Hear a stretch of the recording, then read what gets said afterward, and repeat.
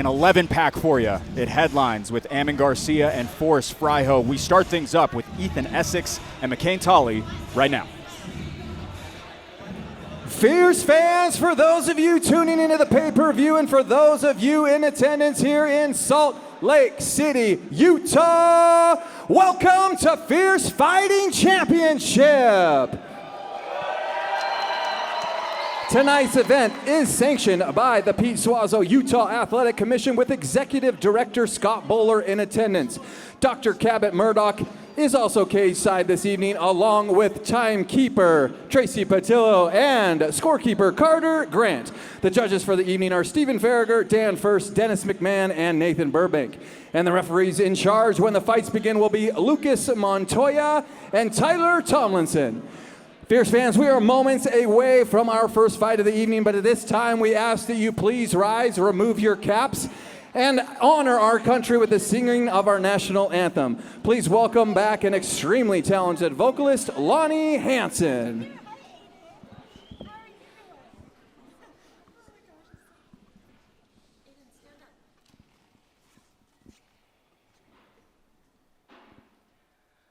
Oh, say, can you see by the dawn's early light what so proudly we hailed at the twilight's last gleaming, whose broad stripes and bright stars through the perilous fight o'er the ramparts we watched were so gallantly streaming, and the rocket's red glare, the bombs bursting in air, gave proof through the night that our flag was still there. Oh, say, does that star-spangled banner yet wave o'er the land of the free and the home of the brave?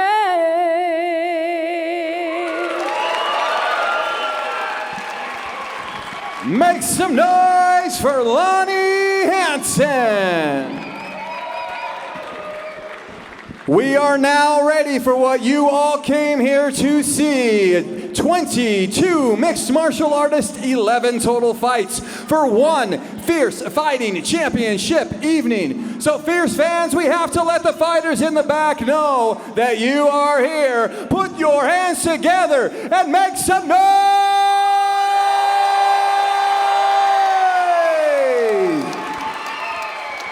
Our first fight of the evening is brought to you by Rockwell Watches, the official watch and sunglasses of Fierce Fighting Championship. Please welcome our first two fighters, McCain Tolley and then Ethan Essex to the cage.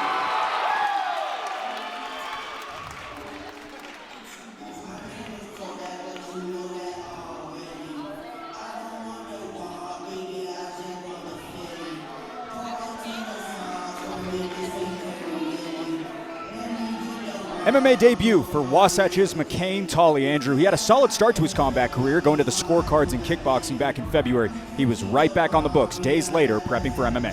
Which you love to see, right? One of the most important things for these young guys when they start fighting is they need to get active and they need to stay active.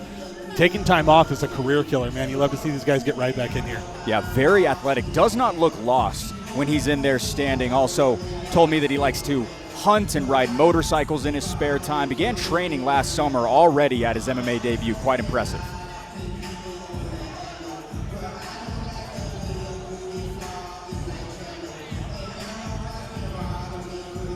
McCain Tolley, 0-1 in kickboxing. He made an absolute ace in Joe Marshall back in February, Andrew. Went to a decision with him. Tough as they come. No, absolutely. I mean, he was over there at Wasatch Combat Sports. They are one of the most active gyms in the state. And not just, I myself run an MMA gym, right? Like for kids, and obviously we're with Elite and they run the adult program. So between me and Jeremy Word, everything, they are at everything. The kids events, the adults events, they're everywhere.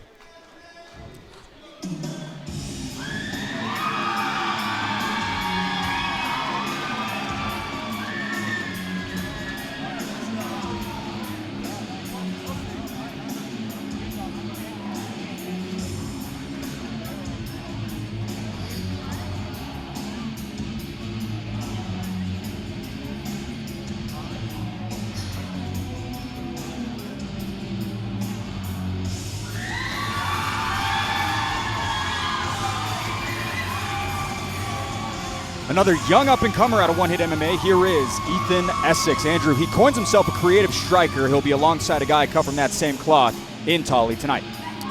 Yeah, you know, a lot of those guys, obviously Coach Aldo, former pretty high-level professional kickboxer before he switched to being a full-time coach. Obviously they have everything over there, all those now black belt jiu-jitsu as well. He can do everything. But his first love is striking, and so he's in a good spot to be doing that. Yeah, competition has always been a target of his since he got into that one-hit room. Now been kickboxing for a couple of years, like you mentioned. Also got a blue belt back in December over at One Hit MMA. Believes his footwork will give him the edge inside tonight.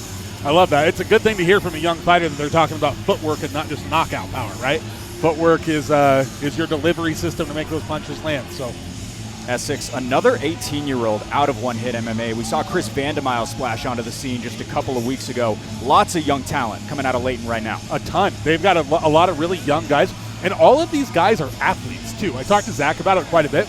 They're all guys who played, that were formerly baseball players, rugby players, football players, track and field guys. They've got everything, then transitioning over into mixed martial arts, which is super cool to see. Yeah, following Tolly's kickboxing debut, he says he's got a lot of respect for McCain. Such a great matchup to start things up at 152. 4 years younger and 4 inches taller is Essex. All good to go at that catchweight rim as both begin their amateur MMA stints right now. Fierce fans, this fight is scheduled for 3 rounds and is an amateur 152-pound catchweight bout.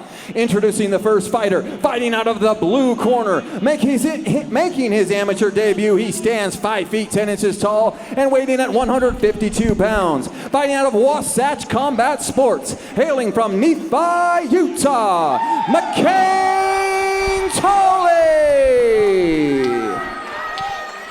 And introducing his opponent, fighting out of the red corner, also making his amateur debut. He stands 6 feet 2 inches tall and weighing in at 149 pounds. Fighting out of One Hit MMA, hailing from Riverdale, Utah, Ethan Essex.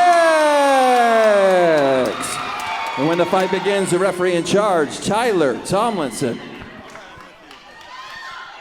150 for your FFC 48 start, presented by Rockwell, designers of the official Champions Watch of Fierce FC. McCain Tolley wears white. Ethan Essex rocks One Hit's red and white. McCain asking for the glove touch. Essex happy to oblige.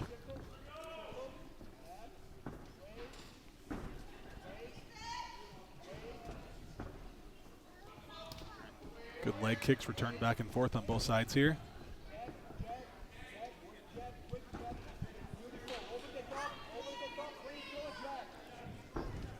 Tolley a little shorter than his opponent. Every time he reaches in, he's got his chin wide up in the air. He needs to tuck that a little bit. Yeah, I got that 4-inch edge. Ninja choke here potentially from the One Hit side. Slips out of it. Falls on bottom. Tolley on top. Those guys love that technique, don't they? Sure do. Kind of becomes something they're known for. And a potential triangle here from Essex. Clean setup. Tolley hasn't dealt with the grappling inside of competition. Trying to cut that angle now is Essex. Now an armbar. Good little jiu-jitsu scramble here. That arm is in deep. Slam can sometimes make things worse before it makes it better. We'll see what happens. Looks like he has enough pressure to not be in danger, but the triangle is still present here.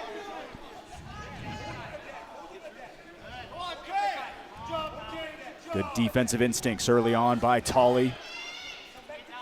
Storm of offense on the side of Essex. But again, Tolley continues to pile on punches from the top. Yeah, they're both. They're both kind of in a dangerous position here because they're so close to the fence that they can't quite get enough space for this triangle. But if he gets and he's able to get out. I was gonna say if he gets sloppy, he's gonna be able to get choked. So lands in a good side control, nice cross body position. Looking like we're going front to back here for a potential mount. There it is. Essex does a good job getting that knee up to block it.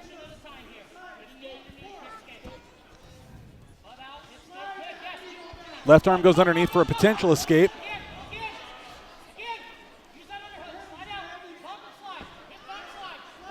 So Tolley continues to settle in. 50 ticks to go here in round number 1 as he'll move to mount.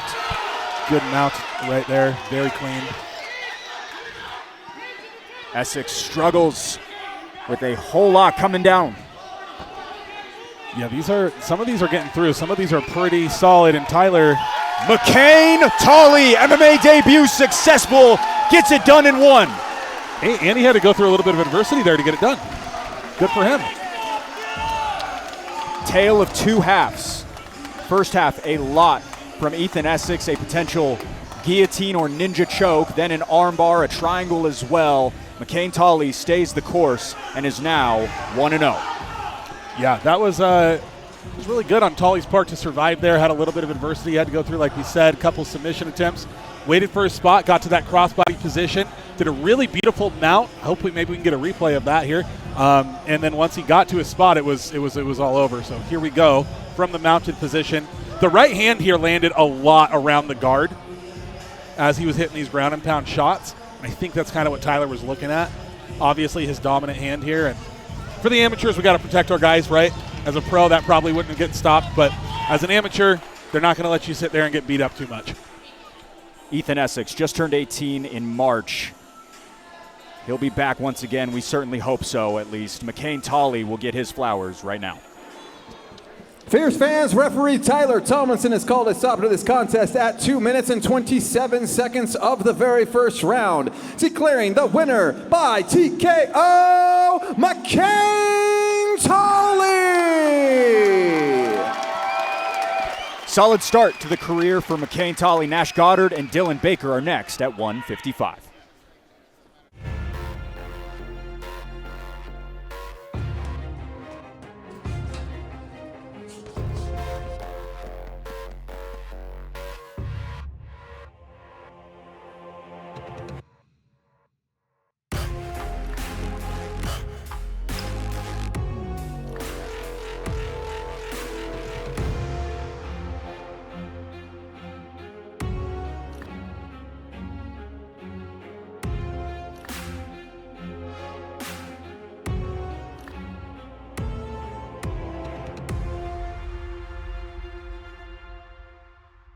Rockwell time.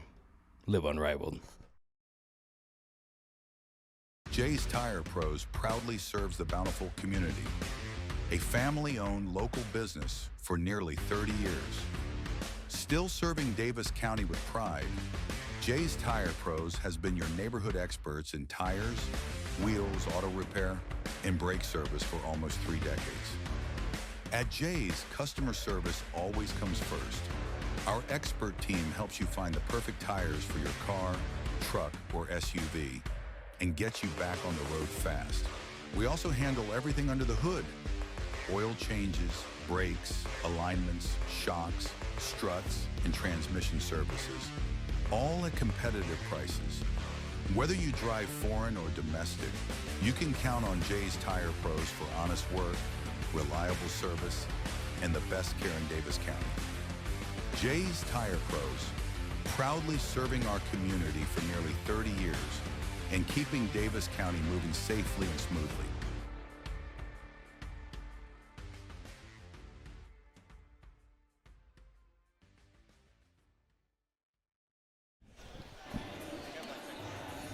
So McCain Tolley, who struggled in his kickboxing debut, it was a good fight. Doesn't get the job done in that one, does in the small gloves. He is now 1-0. And if you scan the QR code on your screen, you'll get access to Fierce FC's digital program. Get the inside scoop on every fighter making the walk, as well as additional information on future shows. Up a couple of pounds, Dylan Baker, Nash Goddard at lightweight are next. Fierce fans, our next fight of the evening is brought to you by Dave & Buster's, an official sponsor of Fierce Fighting Championship. Please welcome our next two fighters, Nash Goddard and then Dylan Baker, to the cage.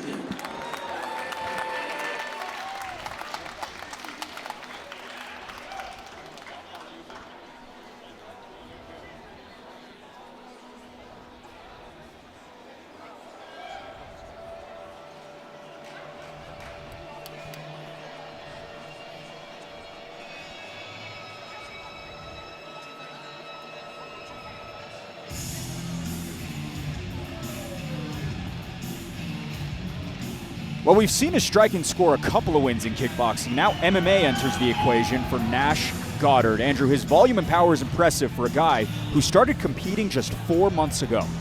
Yeah, Nash is he's currently a force to be reckoned with, man. He kind of cleaned his life up, wanted to take to fighting. It actually blew us away because he trains at our gym with us, right? It blew us away how he had never trained before when he first came into us because his movement is so good. He's so tough. If you've seen either of his kickboxing fights, maybe a little tougher than he wanted to show early on. But, man, that guy, he's a little pit bull, and we're real big on him over at Elite Performance. Yeah, 2-0 in kickboxing, one by TKO, one by decision. He's been doing that plus jiu-jitsu for only 10 months, but so active and says that he wants to continue to compete as much as possible. Yeah, I mean, some guys, when they come in, they need to train for a few years before they can take a fight. Some guys are ready to go right away, and Nash is one of those guys that was ready to go right away. Says he has so much trust in his corner, especially after some adjustments in his last kickboxing match to score the victory. So key to have that in your early stages out of Elite Performance. Oh, I mean, you got Jeremy Horn in your corner, right? Like, Yep. how do you go wrong? He's got over 150 professional fights, so it's not like anything that's going to happen in there he hasn't seen before. Goddard See him looking cut up, huh?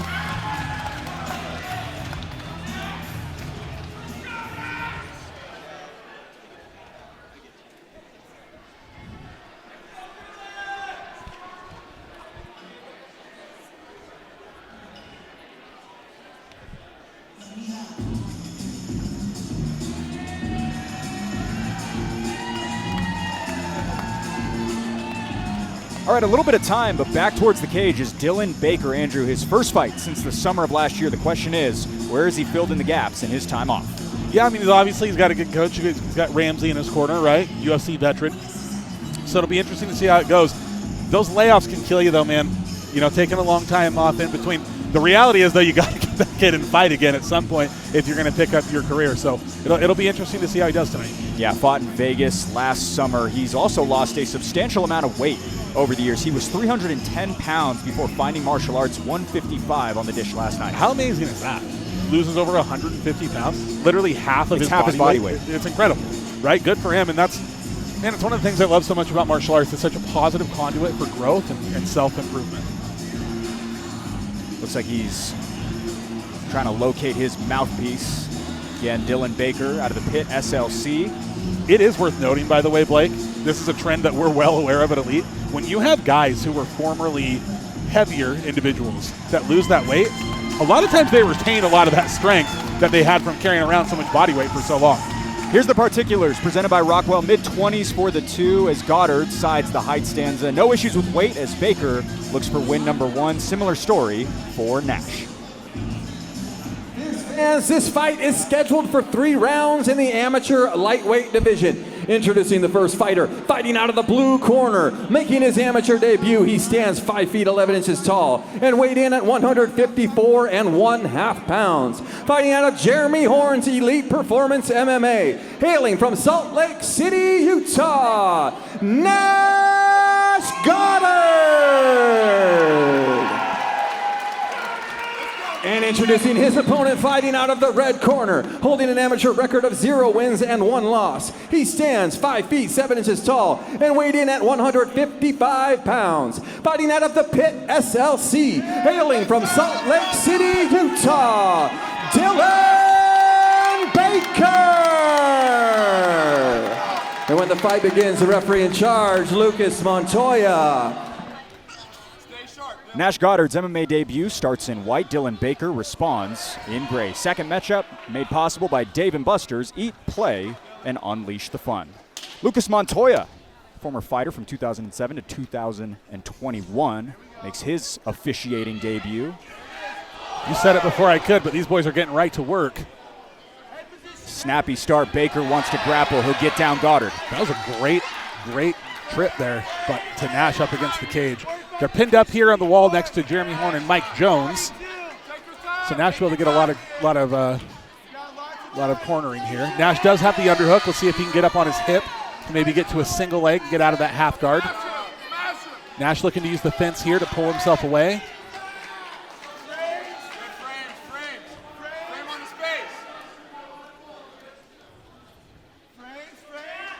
Forearm on the face, left forearm on his face. Now strike with our right. Again. Smothering pressure as Goddard tries to get out on that left side. Active on bottom. Baker did a great job there. I think he took a pretty hard shot from Nash and then immediately closed the gap, got to that clinch, and got Nash on his back. It was really good. Now he's got Nash hemmed up here against the cage. Not what you want to be as the bottom fighter.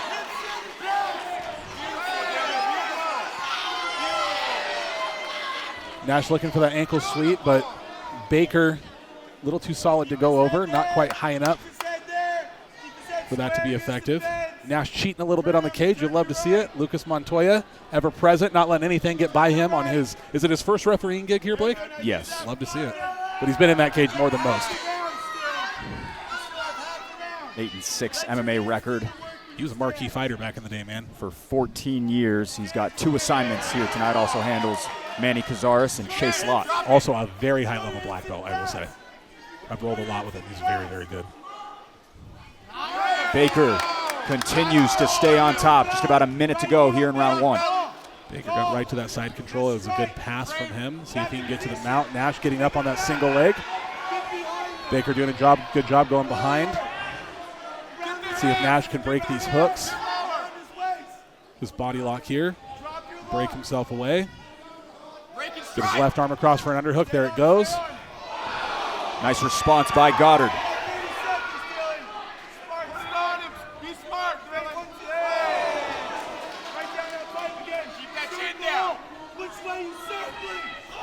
Nash with a good left hand, but returned by Baker. Another good right hand by Nash. Baker's corner imploring him to shoot. And Nash starting to land at will here. Another beautiful level one. Change into a right hand, and Nash is landing everything he's throwing.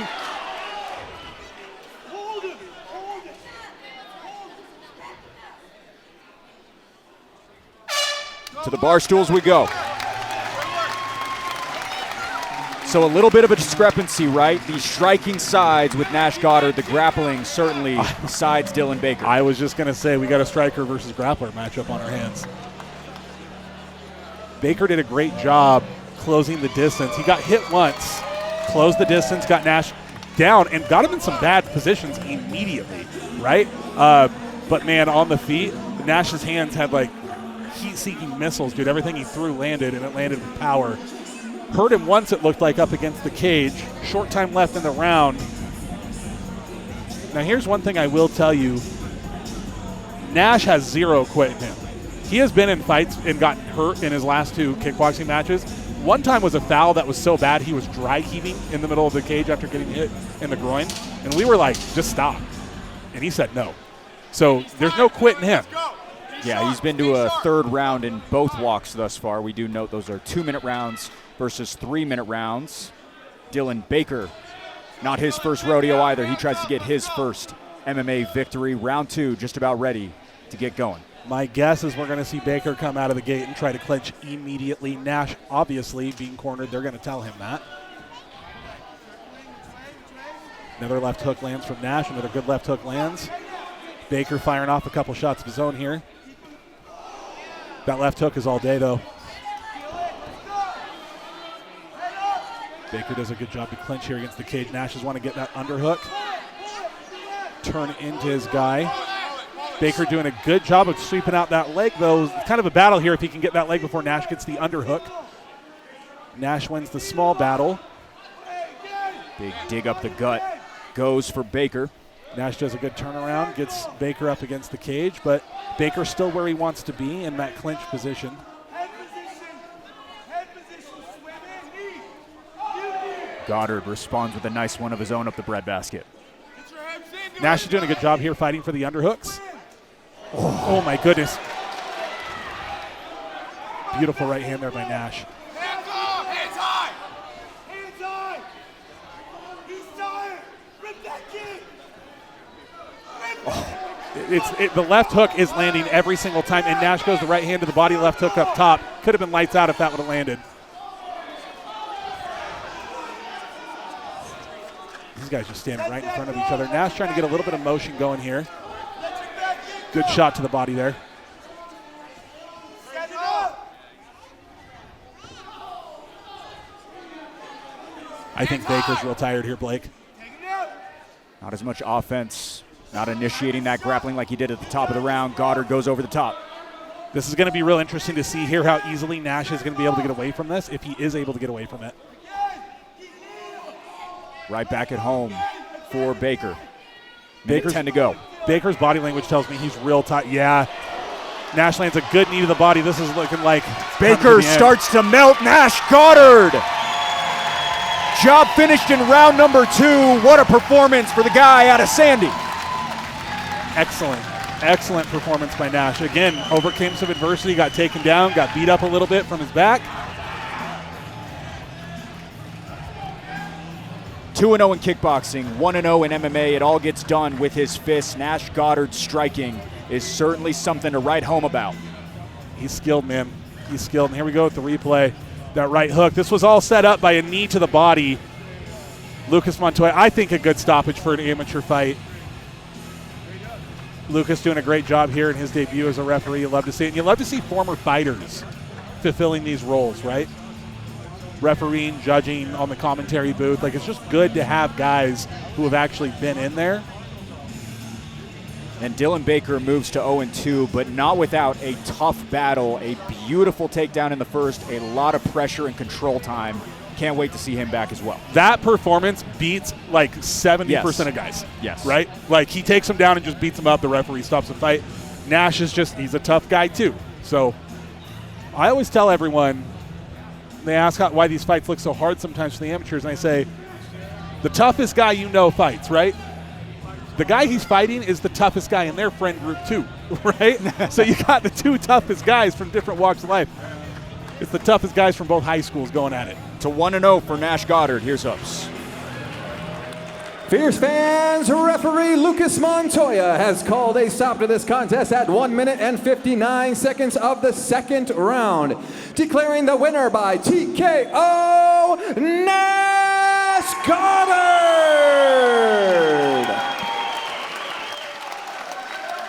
So a second round finish for Nash Goddard out of Elite Performance. Zedek Moshed and East Palmer are next at 135.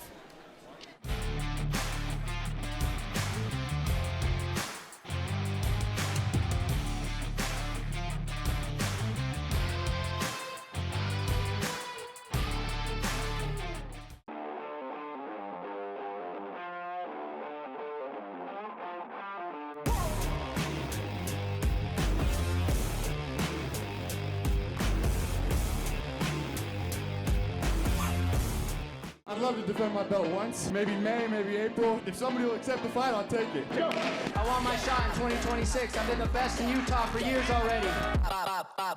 Belt 2 to Talon Carvalho. A perfect performance for the featherweight. Inside the Maverick Center. That looks like a future amateur champion. Looks like a champion. There's been nobody wanting to fight me for the last few years. Let's get one more here in Utah, and then I'm ready for that call.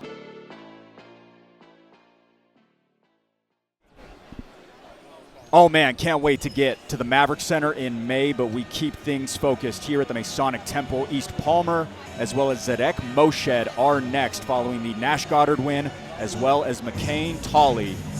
Couple of debuters already having success. Andrew, you were super impressed by that performance out of Goddard. Yeah, he looked great. Really clean striking, good footwork. He didn't just stand in front of his guy and just try to get shots. He was in, he was out. He was in, he was out. And he couldn't miss. That left hook landed, I think, every single time he threw it. He just looked great. Hoops is staged. Let's bring the next pair out. Fierce fans, our next fight of the evening is brought to you by Bad Bevs, the official beverage of Fierce Fighting Championship. Please welcome our next two fighters, Zarek Moshed and then East Palmer to the cage.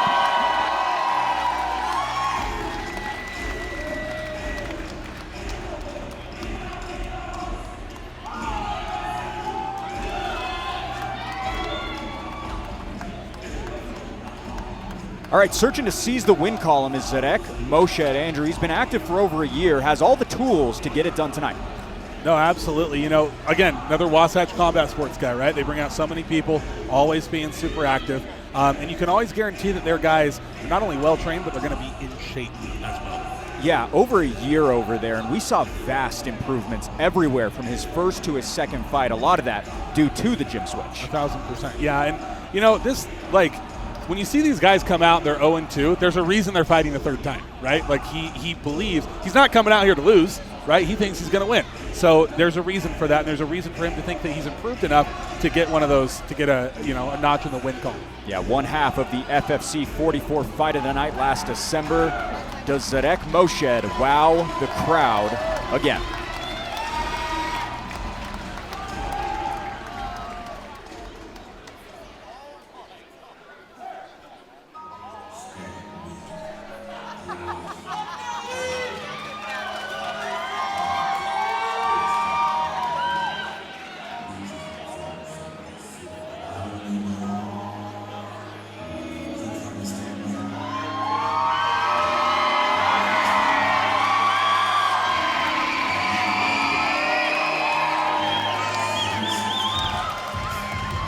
All right, a fresh face from Tuila's fight team. Here is East Palmer. Andrew, 134.5 last night. 4 years ago, this man was 300 pounds.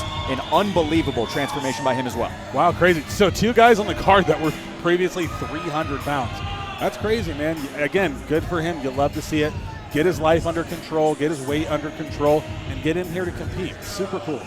Yeah, East Palmer grew up being a sports fan. His dad was a big UFC guy, which got him interested. Later on, his younger brother ended up doing jiu-jitsu, and East followed shortly after. He has taken this fight camp with so much care, says that his life has been work and training in the lead up to this debut, not much outside of that. Yeah, and you know, another good gym, Tuila Martial Arts, right? Love to see them. Probably, dude, Keith might be the most, dialed in guy in Utah. That guy is like, all he does, eat, sleep, and breathe coaching. So love to see two athletes from good reputable gyms in here going at it. For East Palmer, in November of 2024, he got to Tuila Martial Arts Academy. Last October, he committed himself to this debut. It starts up right now. Let's go ahead and take a look at our numbers presented by Rockwell. Palmer, 4 years younger but 3 inches taller, both made weight last night with a 1 pound divide as each end of the cage looks to capture their first win. East is inside and ready to say go is Hoops.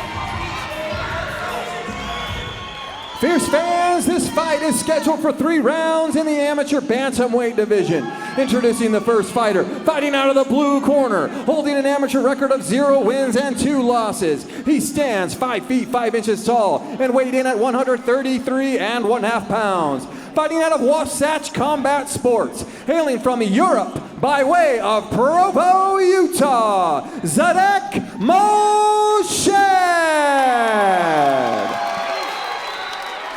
And introducing his opponent, fighting out of the red corner, making his amateur debut. He stands 5 feet 8 inches tall and weighed in at 134 1/2 pounds. Fighting out of Tuila Martial Arts Academy, hailing from Grantsville, Utah, East Palmer.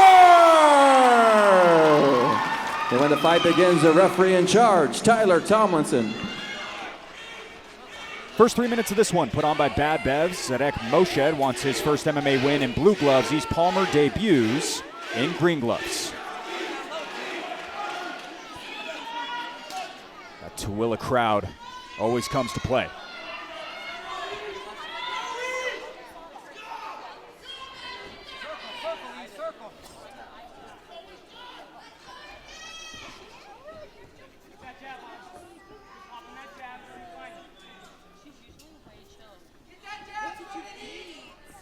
kind of feeling each other out here. Palmer pops him with a jab. Quick firefight between the two once they engage. Yeah, Moshid is quick, man. That was a really fast return on that leg kick. It's a little firecracker. Always brings that flyweight speed. At bantamweight, so speedy as well.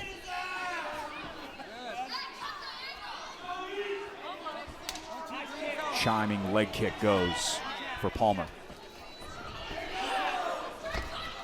Straight down the pipe for Palmer. Beautiful right hand. And that time, he didn't close the distance too quickly. He stayed at range, which you want to do with the shorter fighter. Palmer, of course, having a height advantage here. Yeah, 3 inches taller is the Tooele talent. Nice chop to the body as well. Rings through the room. Moshid answers with an overhand right of his own, back to back.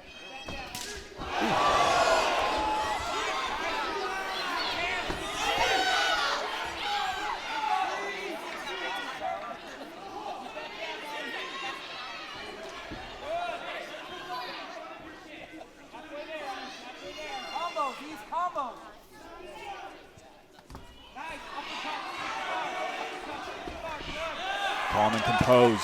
Solid boxing by Palmer. Yeah, Palmer appears to be a little bit cleaner of a striker out of the two. But I will say when he's backing up with his head in the air, and the shorter fighter's always going to be looking for something over the top. How about a spinning attack by Zarek Moshed to respond? We're throwing spinning stuff now.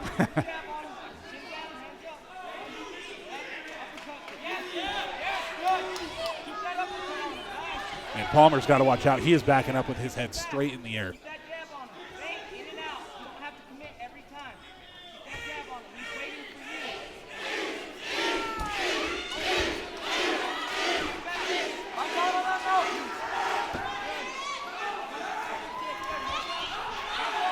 Moshed stays active. Palmer swings out of it.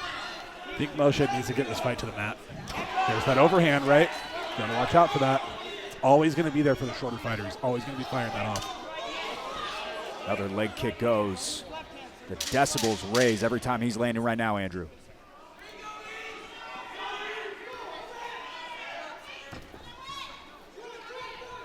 Moshid is just having a really hard time closing that distance on Palmer.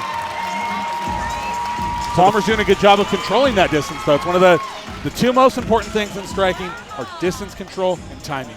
If you can do those two things, like speed, power, whatever, that's whatever. It doesn't matter. If you don't have distance control and you don't have timing, you can't land anything. And Palmer is doing a great job right now of keeping just enough space that he can land his strikes, but Moshid can't land his. First 3 minutes of his amateur MMA look pretty good. East Palmer, there was a lot to be made about his weight loss and what he's been able to do to get to this point. 20 years of age, a solid first-round rendering for him. Yeah, no, he looks absolutely great. It's so crazy to me. He's fighting at 135 pounds. Talk about a lifestyle change, huh? 300 pounds, now a plumber by day. And he's got a good job. And he's looking good in round one. So I do have to mention this with East Palmer out of Tooele Martial Arts Academy. Jason Laporte is not here to say it, but we do have to send some love to his friend Brandon. I don't know if he's watching because Jason Laporte isn't on the call, but if he is, Jason Laporte is on a beach somewhere having a nice drink and probably hanging out with his lovely wife. Some beach somewhere. He is in Maui, I know that. Top of round two.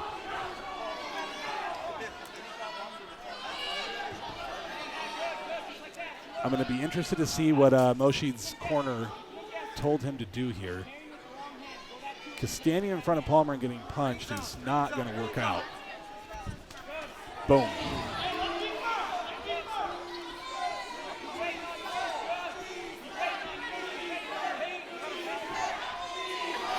Nice head awareness by Moshed. Good level change there by Palmer, too. I like that he's starting to mix the strikes up a little bit.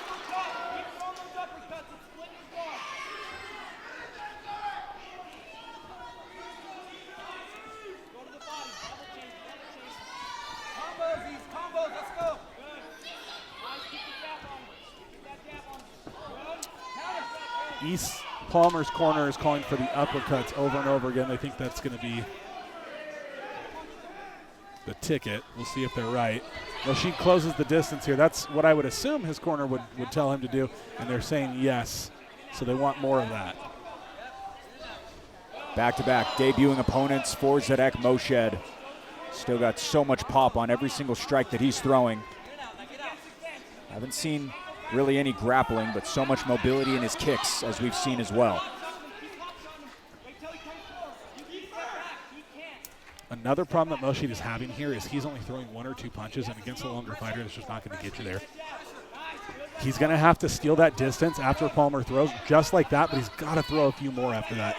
If his plan is to stand up and strike here, he's got to be thinking 3, 4, and 5 punch combinations. Moshed rips over the top. How about another? Yeah, there we go. There's those right hands landing because Palmer's backing straight up. They're 3 times in a row. The home run heaves are starting to land for the Wasatch Combat Fighter. And forget the punch combinations. If the overhand's landing, just keep going. To the body he goes. Oh, fire fight as Palmer goes down. Palmer's in trouble here, Blake. Moshed headhunts, wants a finish. 40 ticks in round 1. And Palmer shoots on him. Going for the single leg. Moshed heavy hips into the choke. The mouthpiece comes out of Moshed. Quick timeout. Tyler Tomlinson sees that mouthpiece fall out. Last 30 seconds have been unbelievable. Moshed lands another overhand right. Palmer trying to game face it and throw some jabs. He may have recovered here.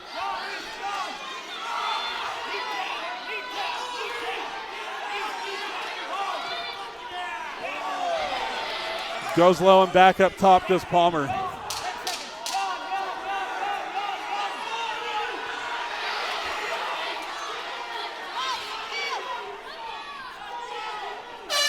What a round. That was good. That was good. Just when I thought he was out of it, throws the overhand right 6 times in a row and starts landing all of them. That's why we love fighting. That was so good. So Zarek Moshed, who seemed to have lost round number 1, comes back in a beautiful fashion, but East Palmer, the debuter, will not go away, gets his bearings, and bounces back in the final 45 seconds of round number 2. Super tough and stayed in there. But we got to give the round to Moshed, right? Like, I mean, borderline finished the fight a couple of times. So, man, that was great. For sure, one to go on going in this. Keith is telling him, stop leaning your freaking head back, because that's what's getting Palmer into trouble here. I mentioned it at the very beginning of the fight in the first round, and it's what's costing him these big overhand rights. It's what's causing them to land. He's got to stay tight. Right hand after right hand for Zarek Moshed at the end of round number 2 really turns the tides, and now we have got some parity as we head into the 3rd and final.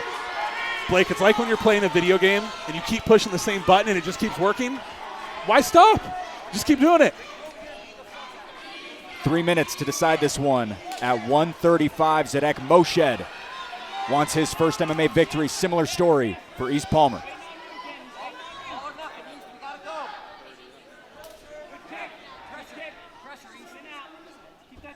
All of Moshed's success has been when he has gotten Palmer to back up every single time. Daniel Cormier said it a couple broadcasts ago, world champions go forward.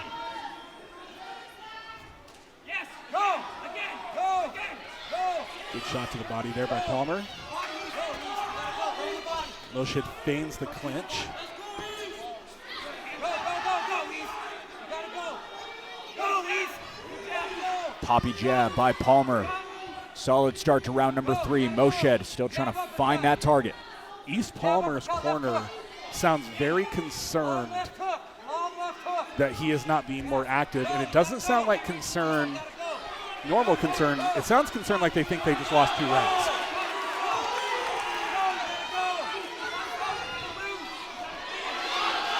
Overhand right lands again by Moshed. Oh! A bellowing blow to the body for Zarek Moshed. If you want to slow down the taller fighter, that's a good way to do it, man. Look at that side of his body already. Look how red that is. Moshed catches the kick. Another sweeping right hook for him. Volume on the side of Palmer. Power on the side of Moshed. Halfway done with the round. Super close so far. Palmer is throwing good combinations, but Moshed is actually covering super well here, and then returning fire when Palmer's backing straight up. Okay, now he's starting to land here a little bit. 2 fights for Zarek Moshed. He hasn't gotten the job done yet. He wants that to change this evening. Stretches, but is short. Gets to the body on that one. That looked like it went low. Palmer didn't even blink. Palmer looks like he actually might be on the way here to securing a finish. Palmer breaks the guard. Moshed pushes him back.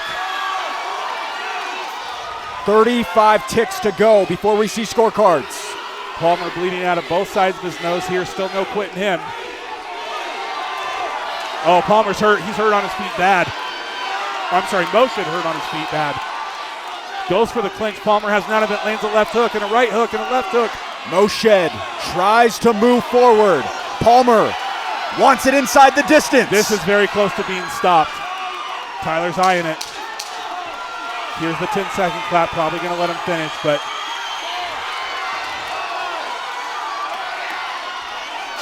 one of the best fights you'll ever see at 135. East Palmer, Zarek Moshed. 2 names to write down for future dates. How's that for an amateur fight? What a fight we had, Andrew Boquette. Round number 1 leans the side of East Palmer. Zarek Moshed completely turns it with this right here in round number 2. Palmer tagging him up here. Boom, overhand right. Boom, overhand right, lands again. God, such a good shot, man. It's not often that I yell in the middle of a broadcast. That got me going. Round 3 concludes with a lot of volume on that man's side. East Palmer, your thoughts as we'll see 10s and 9s. Got to see 1 and 3 go to Palmer, I think. 1 was close, but I don't think it was close enough. And as we're looking at our sheets of paper here, we got blood on our hands. Yeah, a little bit of a red broadcast booth over here, just a few inches away from where the action was taking place. East Palmer gets a quick pump up from this local crowd. Andrew, I will say this, that kick to the body that Zarek Moshed threw is the loudest strike I think I have ever heard in all my years calling fights. Look at his body. When you see us whites start to bruise up like that, that's how you know it was good. That was an amazing shot. Yeah, now that you mention it, actually, I'm thinking in my head, I don't know that I've heard a louder pop than that. Dude, a kick to the body, brutal. Echoed unbelievably, Zarek Moshed. That's likely going to be back-to-back fight of the nights. Whether he wins or loses, you got to make sure that you are in your seat to watch him. East Palmer cut from that same cloth. What a fun pairing on paper. Hindsight's 2020. Bring them both back either way. I don't care what it was. I want to see him fight again. That was great. That's going to be a hard one to top for the night, right? 100%. That's going to be rough. One of the best of the year thus far. You still waiting for the judges here? It's going to be close. Looks like Jackson Hoops has it. Just about ready to set questions into answers. He's in. Let's give it to him. Fierce fans, one more time, make some noise for that fight between these 2 amateur fighters. After 3 incredible rounds, we go to the judges' scorecards for a decision. Judge Nathan Burbank scores this contest 29-28, Palmer. Judge Dan First scores this contest 29-28, Moshed. And Dennis McMahon scores this contest 29-28, declaring the winner by split decision, East Palmer!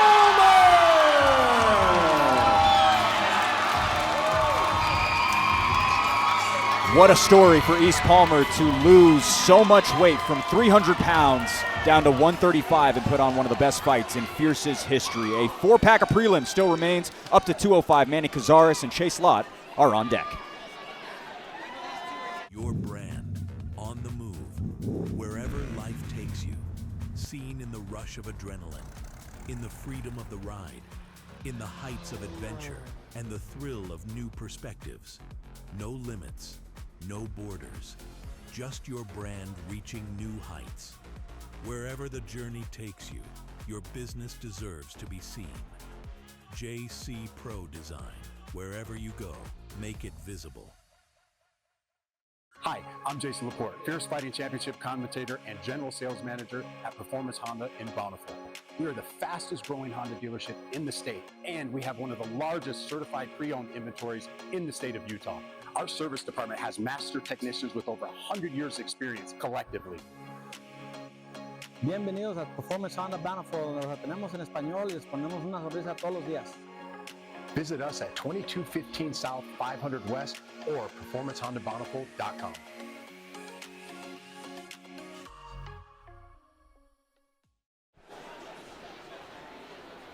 So it's currently cleanup on aisle R&R Barbecue. Manny Cazares and Chase Lott waiting in the wings, but we just saw Andrew Boquette, one of the best fights in Fierce's history. There is so much blood inside the cage, outside of it as well. I know you're impressed by both.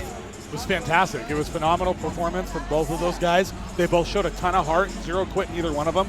We thought that Palmer was starting to run away with the show, and Moshed had none of it, man. Started throwing those overhand rights, started landing those overhand rights, landed about 5 of them in a row, put down Palmer, almost got the finish. Palmer rallies back. It looked like Moshed may have gassed himself out going for the finish. Going into the third, didn't have much left. And that exact same thing happened in his last fight as well versus Eric Lazo. This time he goes the distance. But when you've got someone who is losing by that close of margins, you can't wait to see Zarek Moshed once again. Hopefully fourth time will be the charm. We certainly appreciate him. Manny Cazares, Chase Lott are next. Fierce fans, our next fight of the evening is brought to you by R&R Barbecue, the official food vendor of Fierce Fighting Championship. Please welcome our next two fighters, Manny Cazares and then Chase Lott to the cage.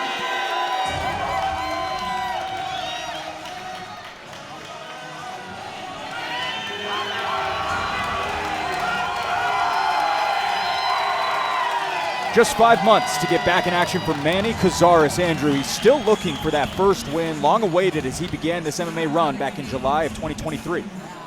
Yeah, so Manny, super tough guy. Obviously another guy that I train with, not quite as much as the other guys, but I see him around.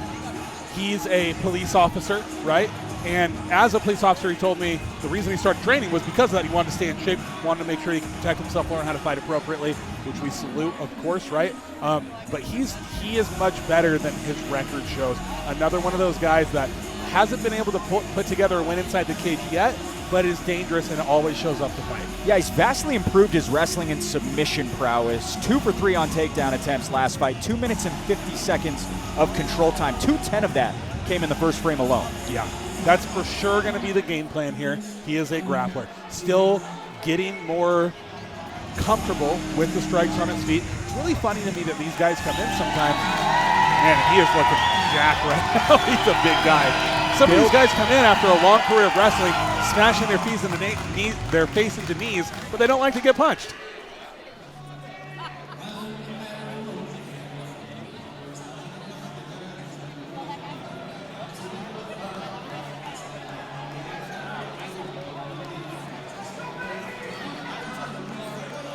All right, a debut for Chase Lott, Andrew, an independent who has been around the game for quite some time, says he's confident in his ground game. We'll see how fast he can hit the mat in this one. Yeah, those independent guys are like, we're almost past that time in MMA where like they're going to continue to happen, right? But sometimes these independent dudes are not actually independent dudes. Well, he's walking out, obviously, with Dane and Court McGee. So how independent is he? That's the question. Some of these guys wrestled for 10 years, or they're like high-level competition karate black belts or something. Like, you have no idea. Yeah, for Chase Lott, he's been affiliated with Agima in the past, specifically in 2024. He came up with a wrestling and grappling background and also trained with Shane Stoneman on his boxing as well as Jason Wallace back in the day. Looks like a big guy, looks like a tough guy. Says he really enjoys fighting, been doing it for about 5 years at this point.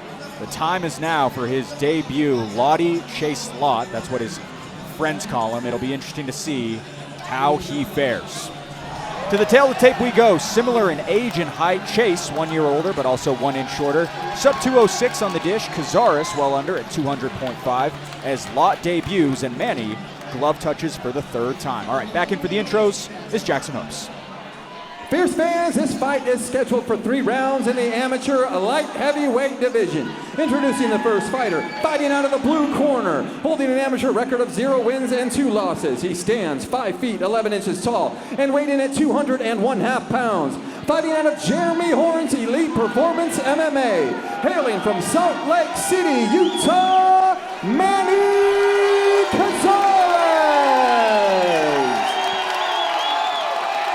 And introducing his opponent, fighting out of the red corner, making his amateur debut. He stands 5 feet 10 inches tall and weighing in at 204.5 pounds. Fighting as an independent fighter, hailing from Pleasant Grove, Utah, Lottie Chase Lott. And when the fight begins, the referee in charge, Lucas Montoya. Fourth fight this evening brought to you by R&R Barbecue, the official food vendor of Fierce FC. Manny Cazares returns in black. Chase Lott looks to make his mark in gray. Dude, Manny looks like a freaking action figure. Look how broad his shoulders are. On my board, I literally wrote, built like a brick wall, but Chase Lott initiates the grappling. This is exactly what Manny's looking for, right? As he lands into the mount, feet crossed on top. An active start, but right to the back is Manny Cazares. This is a great start for Manny. Lott needs to get 2-on-1 control here, get to his side. He cannot just let Manny hit him from here. This is going to be over quickly if he doesn't change positions, and may have gone from bad to worse. We'll see what happens if he's able to defend this rear naked choke. Lott wanted to grapple. Manny Cazares obliged. Looks like that's under the neck. We'll see if he can get his hands hooked. Manny intelligently gives up that position to take the back, both legs underneath.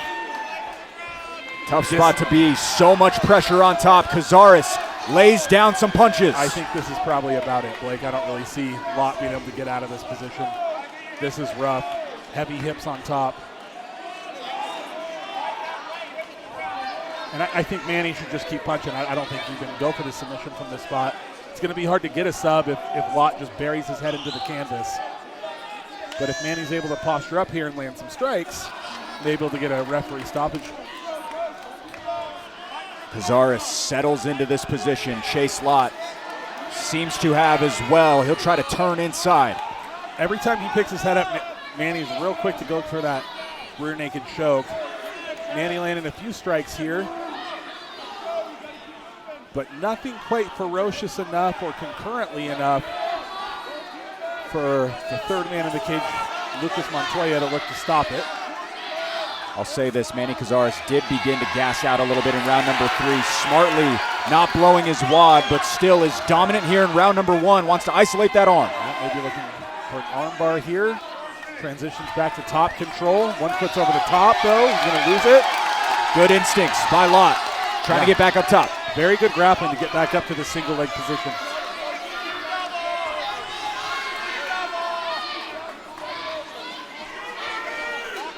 Lott going for the double here. Manny blocking the knee. I'd really rather see him fishing for underhooks from this position. Left arm does just that. Manny's a little draped over. I don't love this positioning from him. If Lott is able to pick one of those legs up off of the mat, he's going to have a hard time, though. Manny's real strong, obviously. And Lott coming forward hard, lands a good punch. 15 seconds left. Oh! Cazares sits him down. A first round finish. Manny Cazares strikes the win column for the very first time. We're talking about how good of a grappler he is and how much grappling control he has.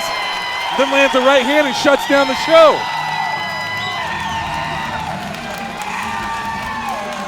With just seconds to spare in round number 1, Manny Cazares' win is finalized.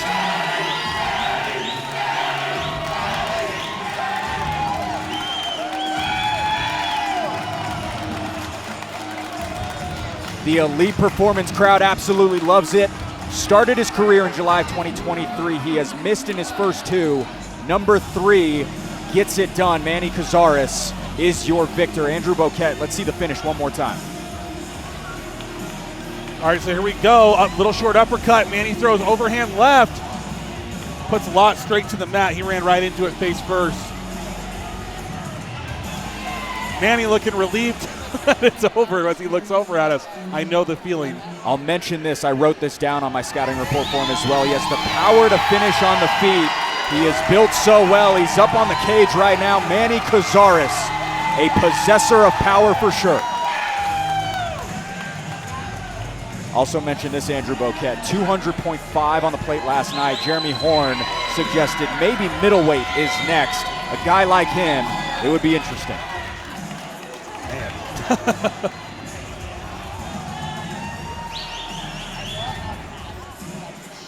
Looks like we're wrangled inside. Chase Lott, Manny Cazares have their wits about them.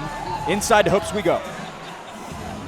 Fierce fans, at 2 minutes and 57 seconds of the very first round, Lucas Montoya has called a stop to this contest, declaring the winner by knockout, Manny Cazares!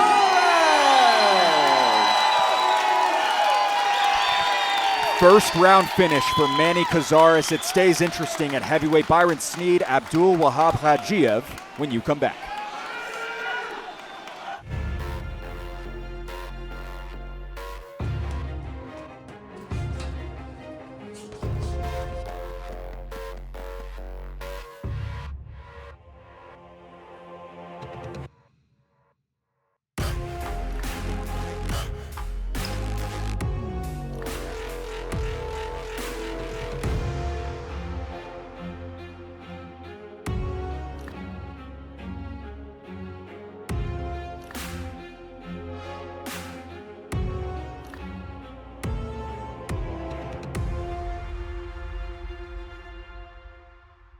Rockwell Time.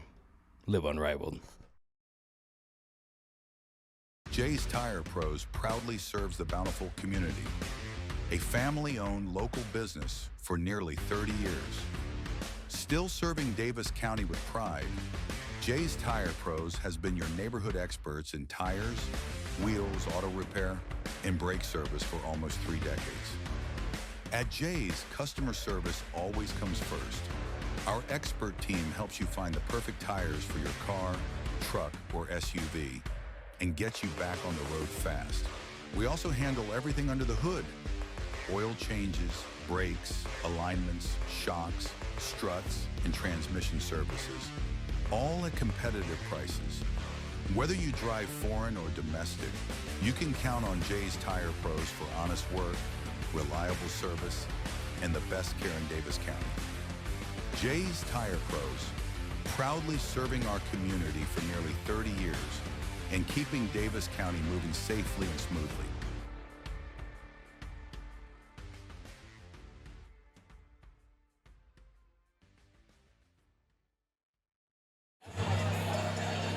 A great night thus far here in SLC. A Fight of the Year contender in East Palmer and Zedek Moshed. A Knockout of the Year contender in Manny Cazares and Chase Lott. We got it one more time for you. Boom. Up. That uppercut into the overhand was just, man. Couple Lights of big out. bodies. We stay with even bigger bodies. Abdul Wahab Hajiev, Byron Sneed, heavyweights are in. Fierce fans, our next fight of the evening is brought to you by Bear Claw Orthographics, the official mouthguard of Fierce Fighting Championship. Please welcome our next 2 fighters, Byron Sneed and then Abdul Wahab Hajiev, to the cage.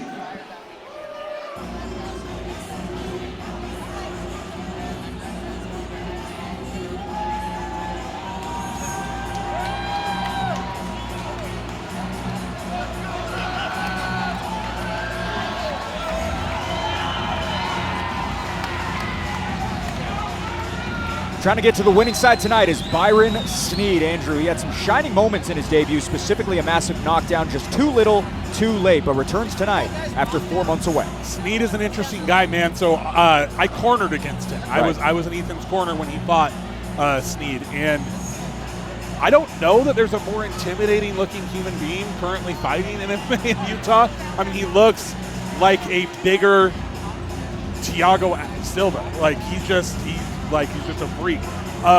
him and Ethan fighting was interesting because you had two of the most physically gifted guys in there together. Normally, I think if they would have fought anybody else, it would have been a bloodbath. But they fought each other, sort of canceled each other out a little bit, if you remember the fight. Yes. Both of them, I think, had a lot of respect for each other. Sneed obviously scoring that big knockdown right in front of you at the end of round 3 had me scared. I held my breath. Sneed's looking for blood tonight, though. He was real upset after that loss in the back, was not happy at all, and he's looking to get in the win column here tonight.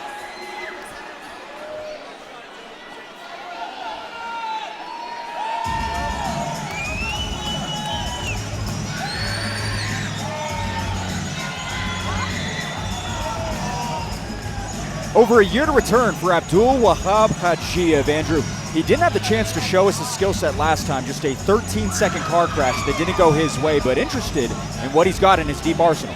So this is another guy, another heavyweight. We called this one of the guys that I called. I remember looking at as a heavyweight, being like, this dude's very skilled. I think. Obviously, like you said, 13-second fight. Unfortunately for him, my guess is tonight we're going to see a lot of grappling out of Abdul. I think that's sort of his bread and butter. I think it's where he wants the fight to go.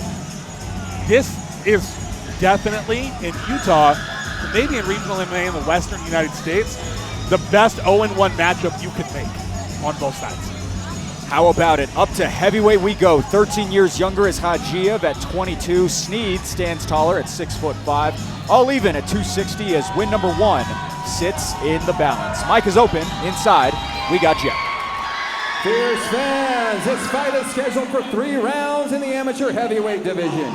Introducing the first fighter, fighting out of the blue corner, holding an amateur record of 0 wins and 1 loss. He stands 6 feet 5 inches tall and weighing in at 260 pounds. Fighting out of Team Link Utah Training Center, hailing from Eglin Air Force Base and Mobile, Alabama, Byron De Bomba Sneed.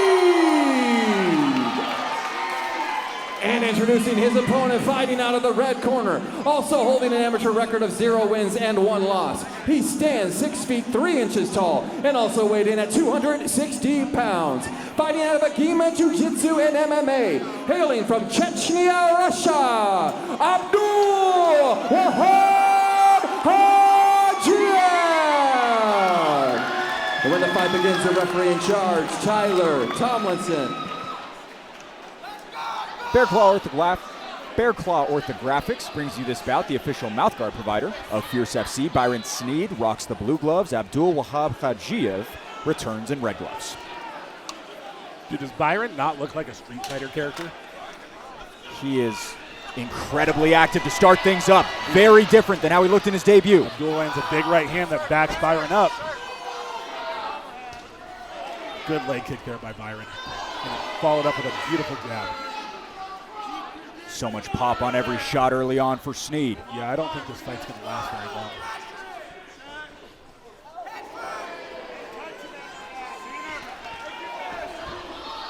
Hajiev says, let's dance. Eric Iman mentioned to me that he had a very stern conversation to Sneed about getting more volume out. Like you mentioned, the debut, he was a little bit more mild-mannered. Yeah. We see a difference here in the sophomore slate. It's hard not to. It's your first fight. You're fighting a guy. Ethan is obviously like a big, scary guy also. So, Sneed, oh! Volume is there, and down is Hajiev! They both landed big shots there, man. Both of them, I think, hurt each other. And Abdul, some slick grappling there, almost got on top from a real bad position.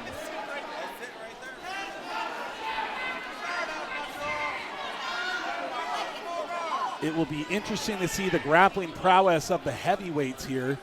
Tyler Tomlinson temporarily stops the action to get a mouthpiece back in for our bottom fighter.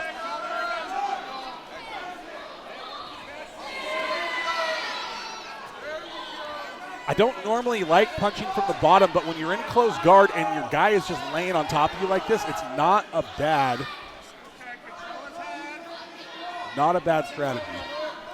And Byron is not even attempting to pass. He is just hugging chest to chest here on Abdul.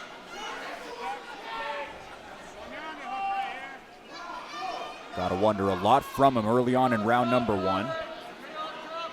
Thinks that knockdown might have scored him the round. Which is likely, man, but he's in a good spot. This is what we want to see. Right, sit up, land some shots. Climbs in and settles. 260 pounds on either side. Byron choosing to pass to get to side control here. A good choice from him.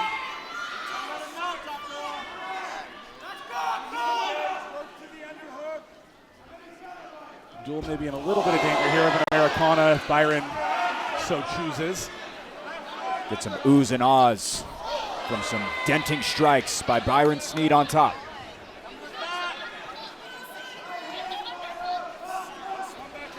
Over to mount for Sneed.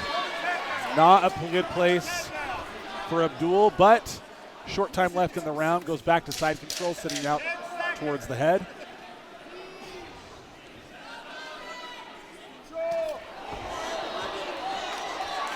Hadjiev active on bottom to close things out, but what a start we had to round number one. An unbelievable knockdown, Andrew Boquette, that completely turned the tide of this one. I want to see this again because they both landed on each other. Oh my good, yeah, he looks a little bit of a flash knockout there, I think. He regained consciousness quick if he went out though, because he got right back up and started wrestling again. Interesting on the ground, I think Abdul landed better shots. It was from the bottom. It's certainly not going to win the round, and a round where he was maybe unconscious a minute before that. But Byron wasn't able to do much. He got to some good positions, but wasn't able to hold them. Abdul did a good job hitting from the bottom, had a couple of decent attempts at reversals. I think we're going to see this one play out mostly on the feet. If you're curious about the athletic abilities of Byron Sneed, he was a football player at the University of South Alabama and an arena football player for 3 seasons before joining the military. Also a 2-time record-setting collegiate weightlifter. A whole lot of athlete out of him. We have seen big-time moments, a massive knockdown in his debut, another one in his second fight. Round 2 is next alongside Abdul Wahab Hadjiev. I believe all of those accolades.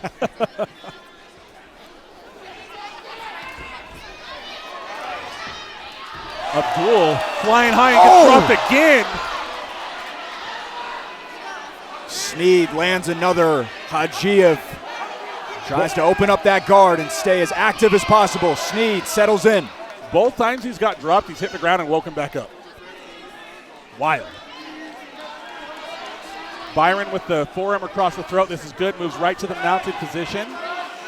You'll love to see this. Maybe going for a mother's milk here. Lets it go. Lands some good shots from the top. That might not be one you little folk are familiar with.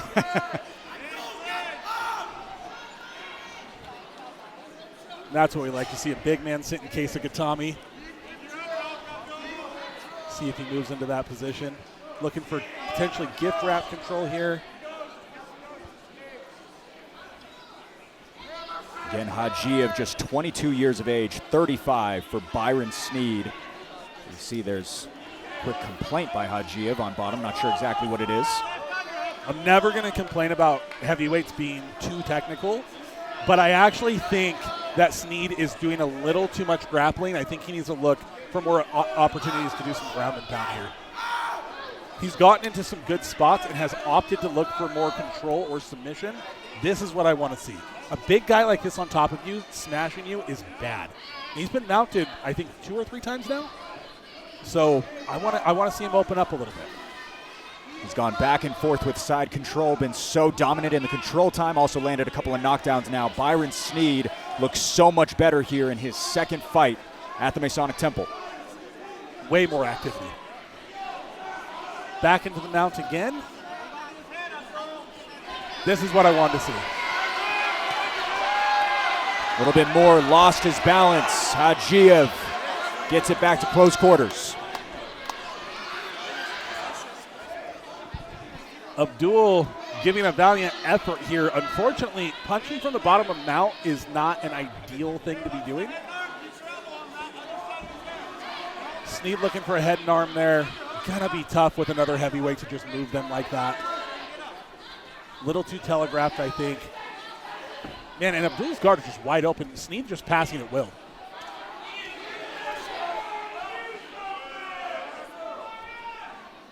I'd love to see Abdul from the bottom. He's got an underhook wide open here, man. He's not turning to get up. He's got opportunities here to wrestle up and get himself off of the ground, but he's just punching instead.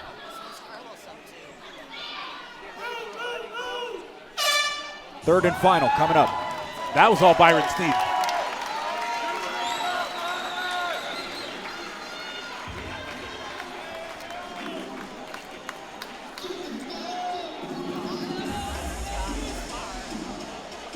So we follow Abdul Wahab Hajiev, who's been knocked down a couple of times and been on bottom for the majority of this fight.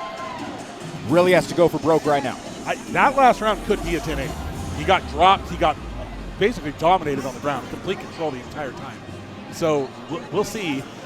Yeah, if he's not able to get a finish here, I don't see how he wins outside of, some tomfoolery. How impressive is Byron Sneed? Dude, the amount of improvements he has made, unbelievable. He looks with great. A 4-month turnaround. Yeah, he looks great. I think all he needed to do was get more active. Eric Iman telling him that, and here we go. Love seeing Eric Iman in the corner. Love having Eric Iman here in the broadcast booth. Who doesn't love Eric Iman? One of the nicest, best guys to have around. I know Jason Laporte loves having him as well. We love having Andrew Boquette, Blake O'Rulian with you as well. Tyler Tomlinson, third man inside the cage. Third and final round between these two heavyweights is now.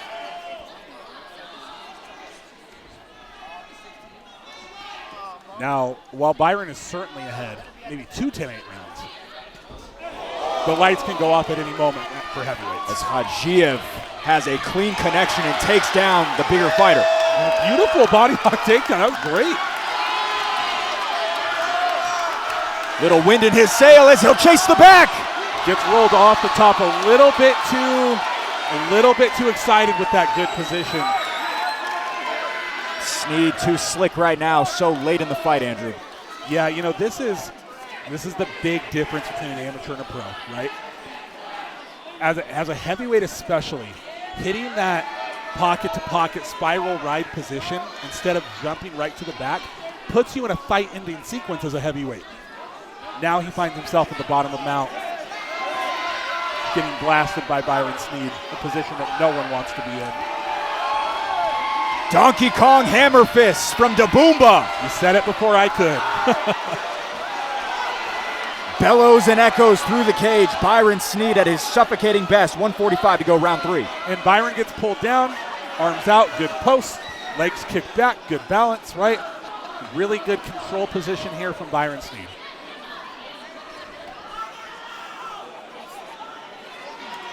I don't see Abdul getting out of here. To go from Team Link having Eric Iman for all those years to now Byron Sneed coming out of the woodwork, and if he can continue to be this dominant, it'll be unbelievable to see the heavyweight prowess and the type of talent that comes out of that Leighton gym. Now maybe wants a submission, Andrew. Zach Partridge told me after he fought Ethan, these guys may fight again for a title. We'll see. Now, easier said than done. Abdul does have an underhook where he can start to scoot away and get himself up here. But he's getting his mouth covered. He's getting his head squeezed. No quitting him. He's not giving up.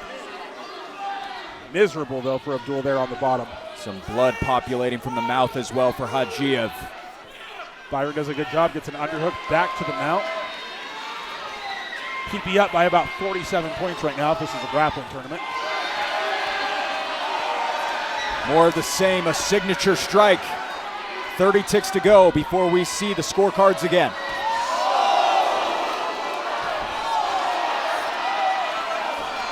We won't need him, Byron Sneed, round 3 TKO. What a sensational showing. Really, really big improvement from his last fight to this fight. He did a great job. And he's got blood on his face, he's licking it. That's a bad man.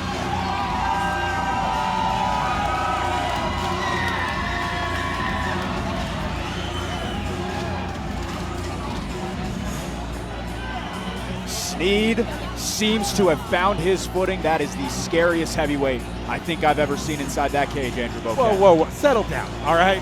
All right, no.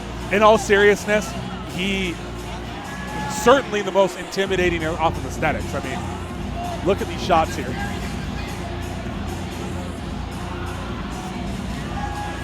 Big hammer fist coming down from Byron Sneed here. Just drowns him.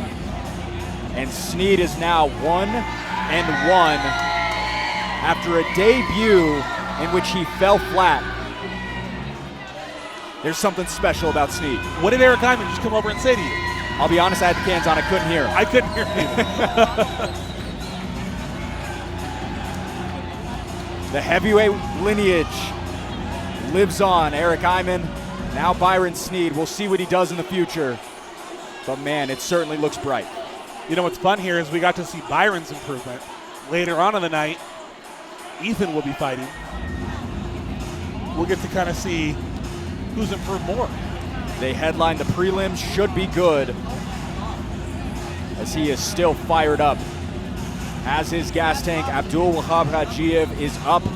A handshake between the two. Good to see him on his feet. An unfortunate 0-2 start for him, but Jackson Hoops will give Byron Sneed his flowers.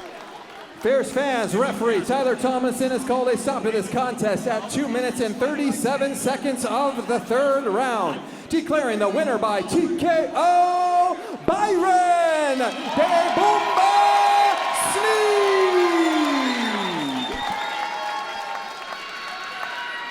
Sneed handles business here in his second ever MMA fight. We'll be back with more live from SLC.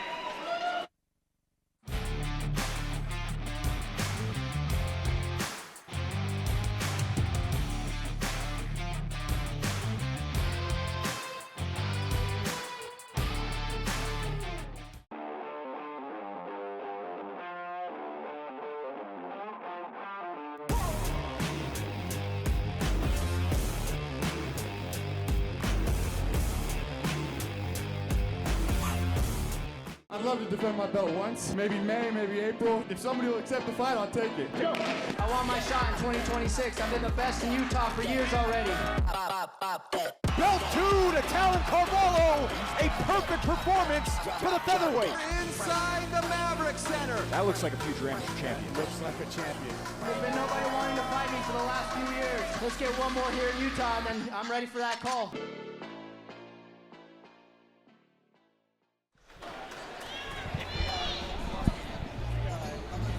Scan the QR code on your screen for access to Fierce FC's digital program. Get the inside scoop on every fighter making the walk, as well as additional information on future shows.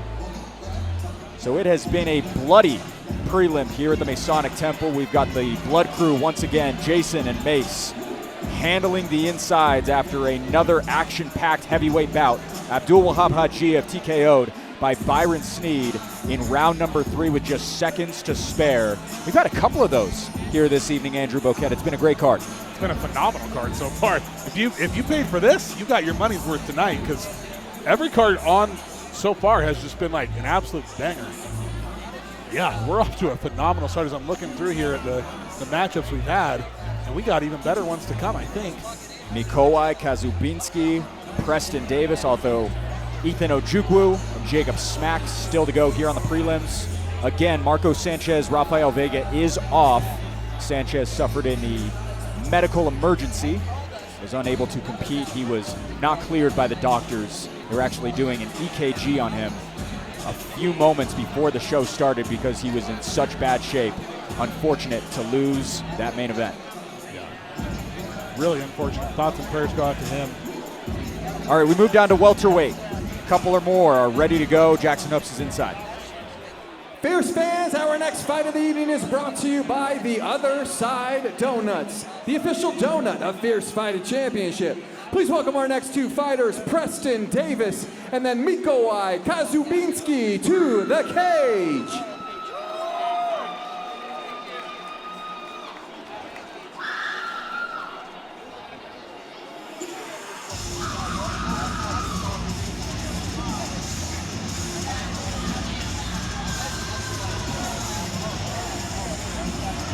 All right, a debut for Preston Davis on just a few weeks' notice, Andrew. He says he wants to fight for the pure love of the game, says he's inspired by names like Manny Pacquiao and Robbie Lawler. It'll be fun to see how his styles align with those iconic names.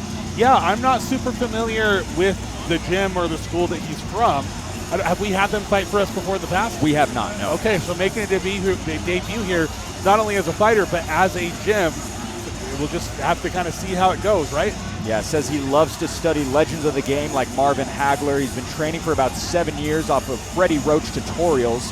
Got into a gym a few years ago, BJJ, for a year as well on top of that. It was actually Robbie Lawler versus Rory McDonald 2 that got him interested in taking a fight. I mean, those are good names as far as guys that are inspiring him, right? Manny Pacquiao, Robbie Lawler, Marvin Hagler. Those are good guys to study. A student for sure, Preston Davis, awaits Mikołaj Kazubinski.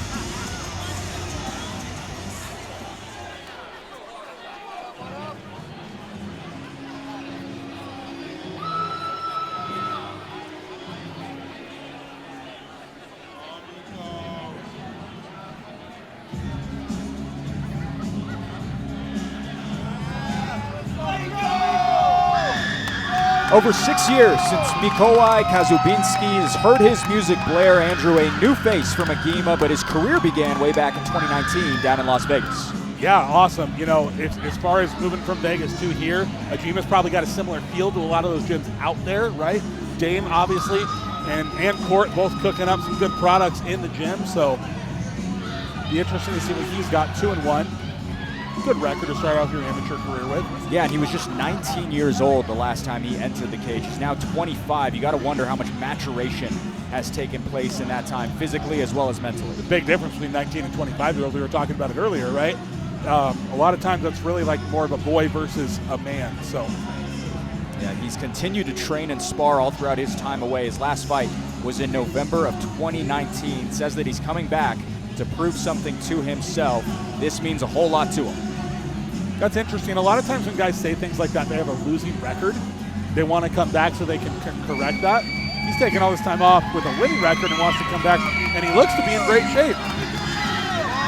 Here's some additional data for you. Davis, a dozen years senior, also taller by an inch. Welterweight was limboed by the 2 as Fight 4 is on the docket for Kazubinski, and Preston Davis debuts. Fierce fans, this fight is scheduled for 3 rounds in the amateur welterweight division. Introducing the first fighter, fighting out of the blue corner. Making his amateur debut, he stands 6 feet 1 inch tall and weighed in at 168 1/2 pounds. Fighting out of Inzin, Ryu, AK Jiu-Jitsu. Hailing from Spanish Fork, Utah, Preston Davis. And introducing his opponent, fighting out of the red corner, holding an amateur record of 2 wins and 1 loss. He stands 6 feet tall and weighed in at 169 pounds. Fighting out of Agima Jiu-Jitsu and MMA, hailing from Warsaw, Poland, by way of Lehi, Utah, Mikołaj Kazubinski. And when the fight begins, the referee in charge, Tyler Tomlinson. A welterweight clash on the prelims, powered by The Other Side Donuts. Life without donuts is unglazed chaos. Preston Davis debuts. He wears red, white, and blue. Mikołaj Kazubinski's first walk this decade in red.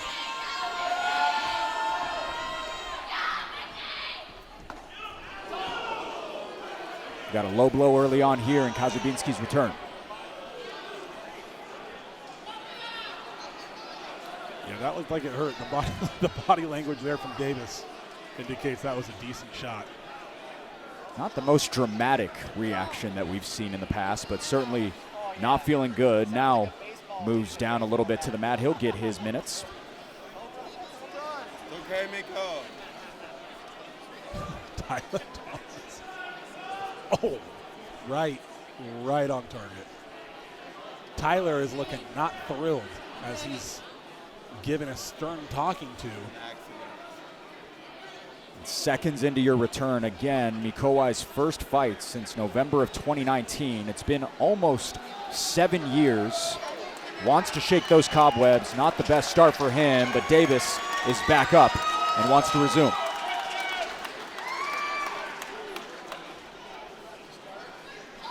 Davis says he's good. Tyler has such a good presence in that cage, man. He's such a good referee. Lucas good. Montoya doing a great job as well Doing today. a great job. And it's a hard job. People don't appreciate how difficult that is. Back to the action we go.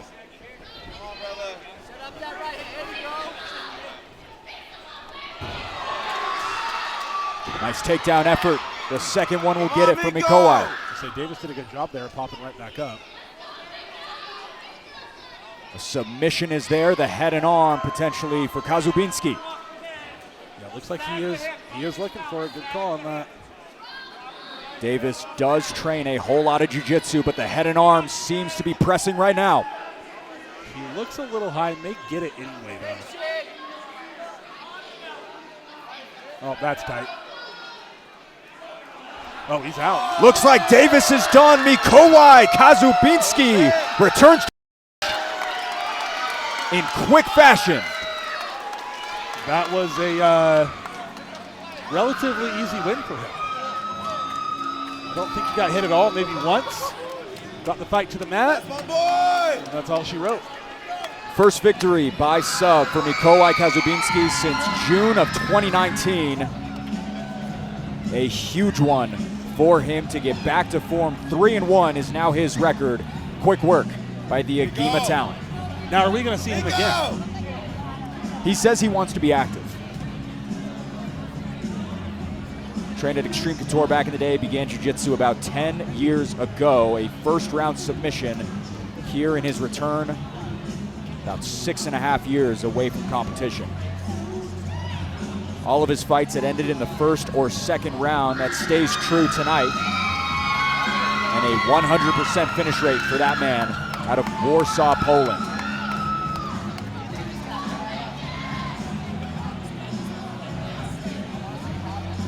Moved to Utah in August of last year. His girlfriend Cammie introduced him to Agima. Court McGee, obviously a great name and source for him. He's about to get another one notched in his win column. First time in a long time for Mikołaj Kazubinski. We'll send it to the center.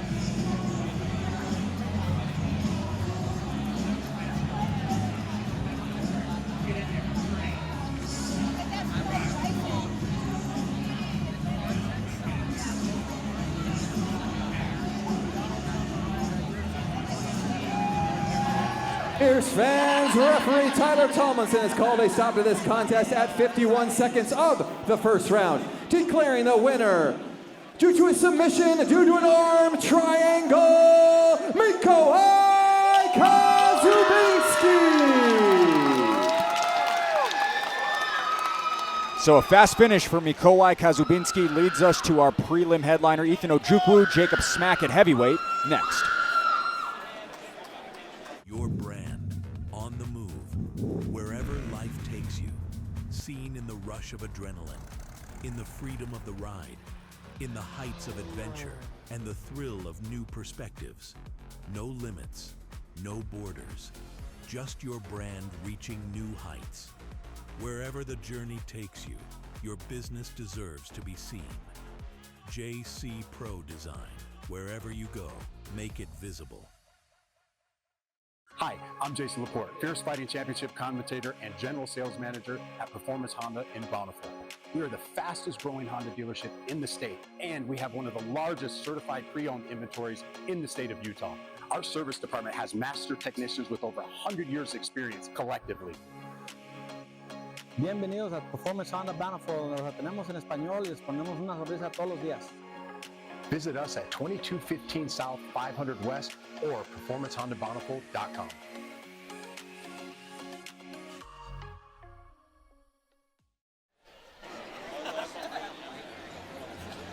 So plenty of amateur action here. It ends with Ethan Ojukwu and Jacob Smack for our prelims. Let's bring them out with hopes. Final fight of the preliminary card is brought to you by Underground Farm, the official wellness supplements of Fierce Fighting Championship. Please welcome our next two fighters, Ethan Ojukwu and then Jacob Smack, to the cage.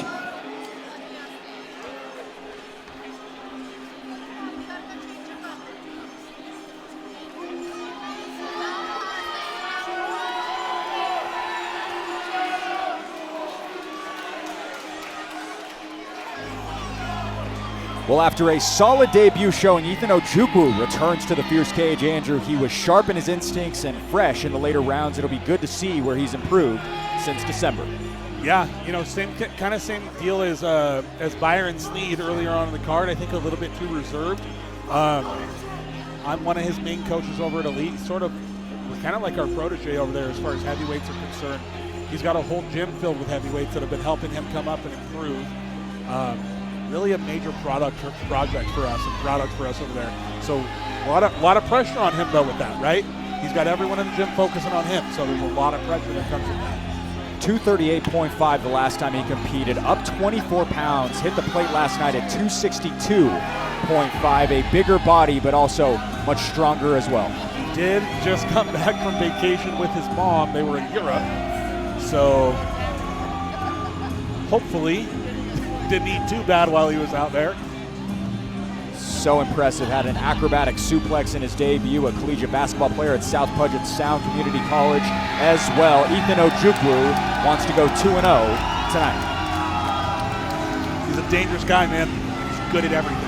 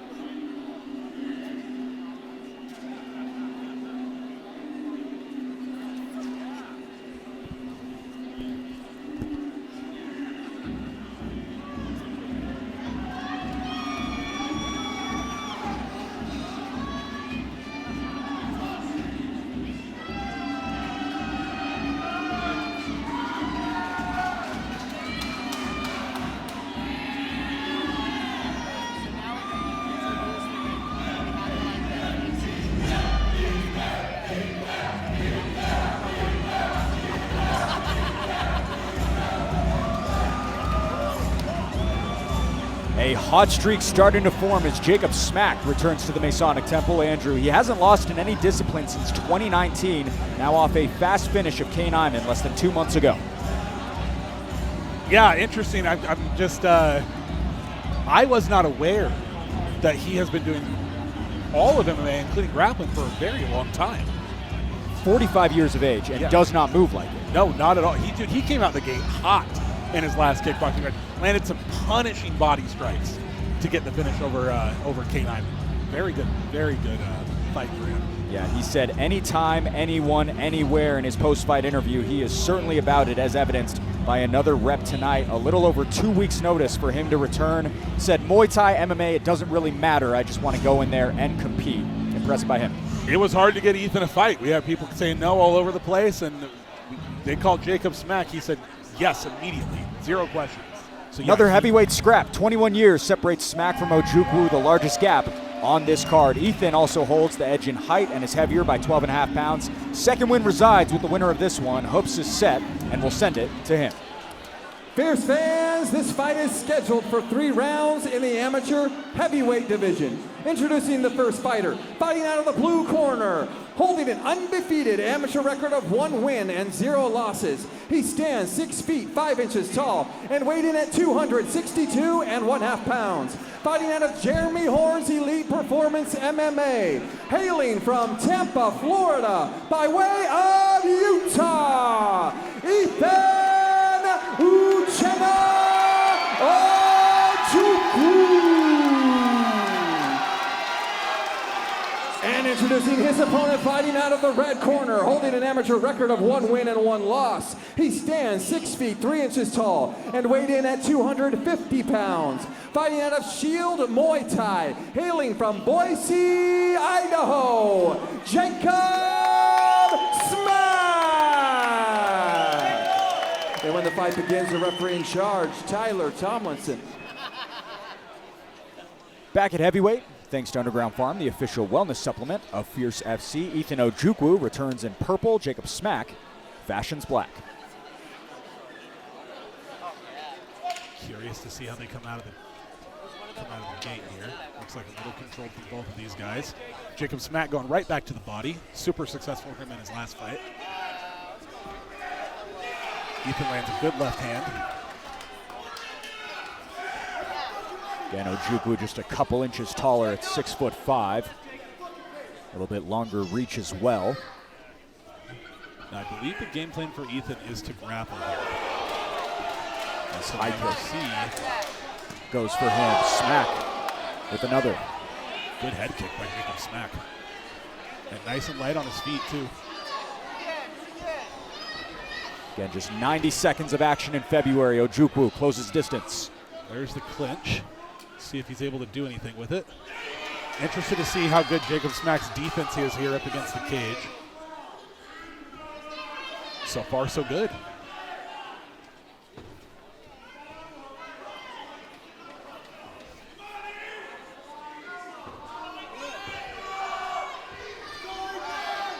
Good knee to the body there by Ethan. Got a strong underhook. See if he looks to go to the back. Trips the leg out.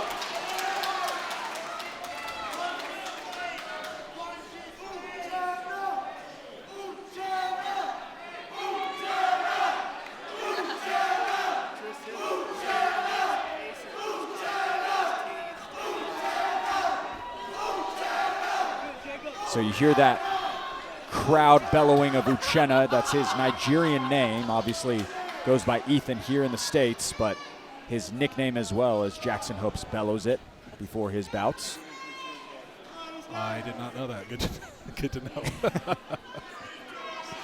See him every day. Didn't know that. Ethan looking to get both hooks in here. Yeah, Smack has not lost since December of 2019 in MMA. Couple of nice blows from the top for Ojukwu.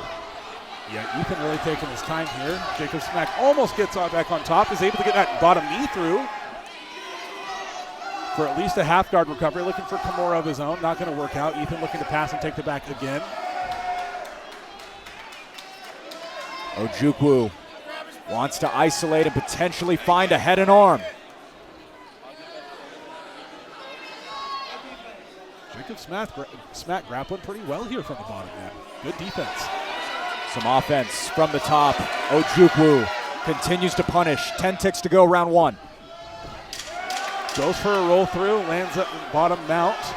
Ethan rolls immediately to an arm bar. Oh! Just like that, Ethan Ojukwu at the horn. A first-round submission for him. That's dangerous. That's a dangerous heavyweight. From a decision victory in December to a sub in April, Ethan Ojukwu with his signature backflip up 24 pounds does not matter. How about 2-0 in a first round finish this time around for Ethan Ojukwu? How slick was that, Blake? Look at that arm block. Rolls belly down, flips him over, finishes, and that was nasty. Just when you thought we were going to retire to other sides for round number 2, Ethan Ojukwu finishes the job in 1. What a submission by him. Slick for the heavyweight. Is called a stop to this contest at 2 minutes and 58 seconds of the very first round, declaring the winner by submission due to an arm bar, Ethan Uchenna Ojukwu.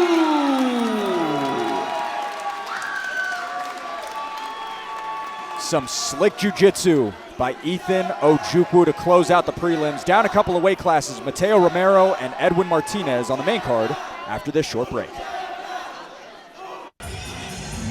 Top prospects and pros remain on an absolutely stacked SLC main card. This is Fierce FC 48, presented by Rockwell. Nothing but aces for your main card coverage. Edwin Martinez and Mateo Romero kickstart it right now.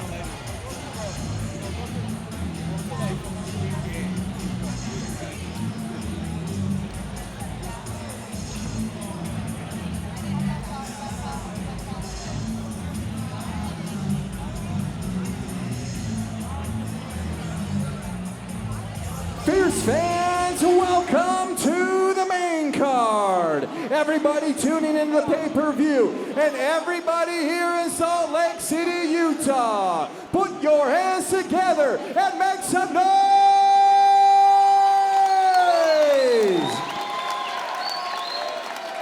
Our next fight of the evening is brought to you by Vive Radiology, the official imaging partner of Fierce Fighting Championship. Please welcome our next two fighters, Edwin Martinez and then Mateo Romero, to the cage.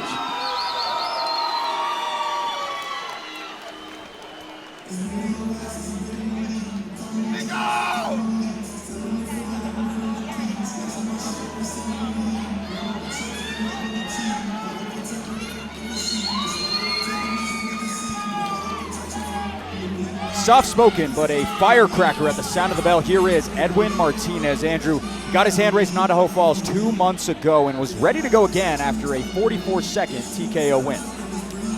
You'll love to see it in the quick turnaround, get back in here, get another win, and get another mark in the W column, and getting after it.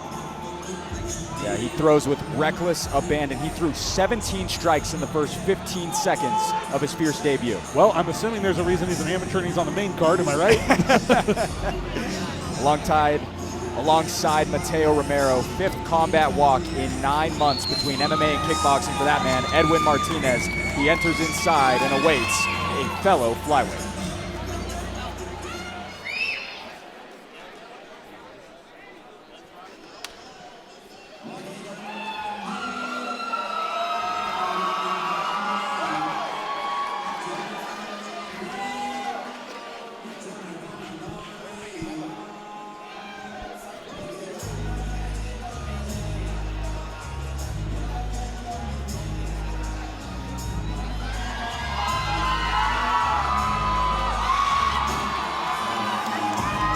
Potent pressure every time Mateo Romero competes. Andrew, he was unstoppable in November. Now another foe similar to himself in terms of output tonight. Yeah, this is going to be a very high, fast-paced fight. Guys are going to come right out of the gate, is my guess, and get right after it. 7 minutes and 57 seconds of control time versus Giovanni Carrillo. He went 4 for 4 on takedowns as well. Can he be that efficient again here tonight? I love the lower weight classes, man. I was a heavyweight, am a heavyweight, I guess, whatever. And I do have a soft spot in my heart for them, but the lower weight classes, you just see so much technique and so much speed out of them.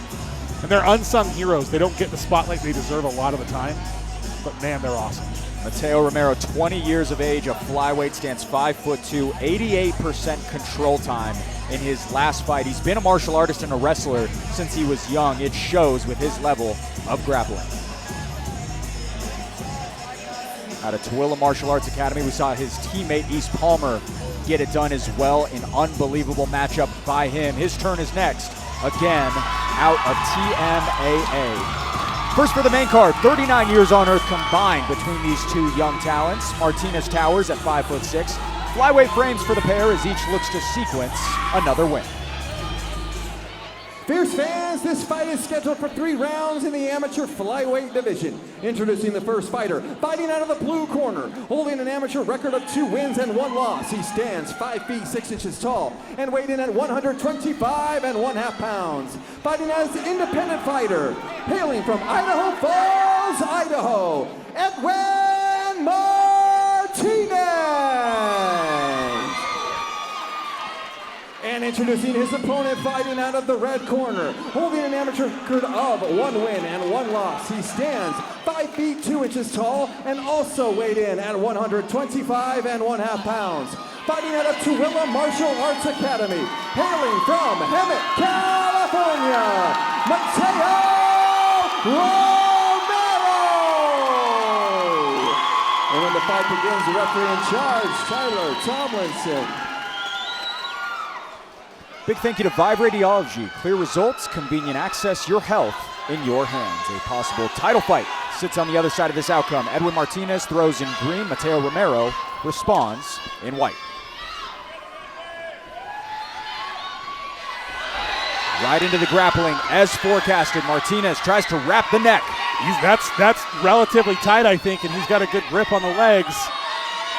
Martinez has a rear naked choke submission victory in October of last year.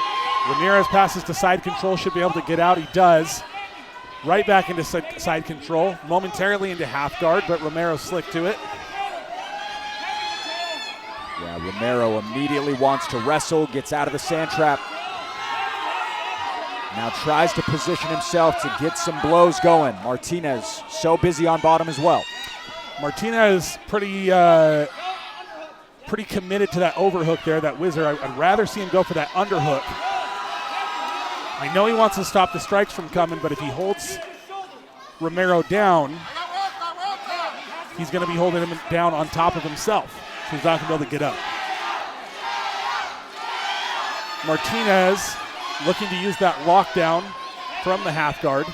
Again, though, the lockdown on your back is really more of a stalling position. He needs to get up on his hip, get to his shoulder if he wants to do anything with that. Yeah, already a minute and 20 into this one. Mateo Romero been good on top. Edwin Martinez is best when he has a head full of steam. Little foul there. It looked like an intentional headbutt to me by Martinez. Tyler immediately stops the action. Tyler Tomlinson also will take a point for it. No warning whatsoever. That looked pretty intentional to me. It's rare that we see a headbutt.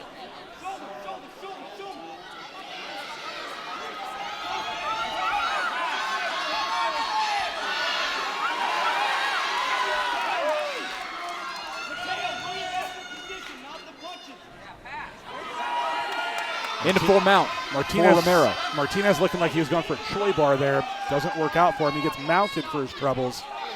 Nice ground and pound by Romero as well. Got to be careful of the arm bar here. All of his fights is concluded by TKO.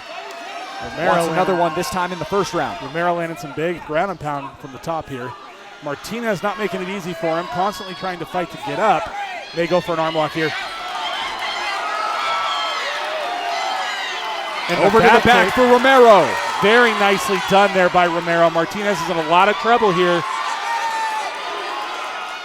Over the chin as Martinez stays stubborn. Nice maneuver to get to the top. Yeah, really, really great ground control here by Romero. Going from mount to back control, and he is raining down punches here from the top. Tyler Tomlinson gives this one a really good look. Martinez gets a little bit of the offense going. Romero relentless with his pressure. Martinez is able to actually get his legs up around him. Good flexibility and mobility there by Martinez. Uses it to escape the mount. Massive shot for Romero at the end of round number one. Man, a lot of punches there landed. So we did see the point deduction of Edwin Martinez.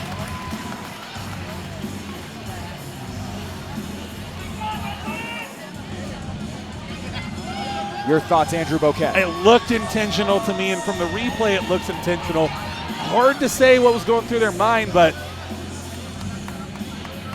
gotta wonder if that blood seeping from the nose comes from that or from some other exchange through those 3 minutes. I think the headbutt was forehead to forehead there. I don't think that it hit him in the nose.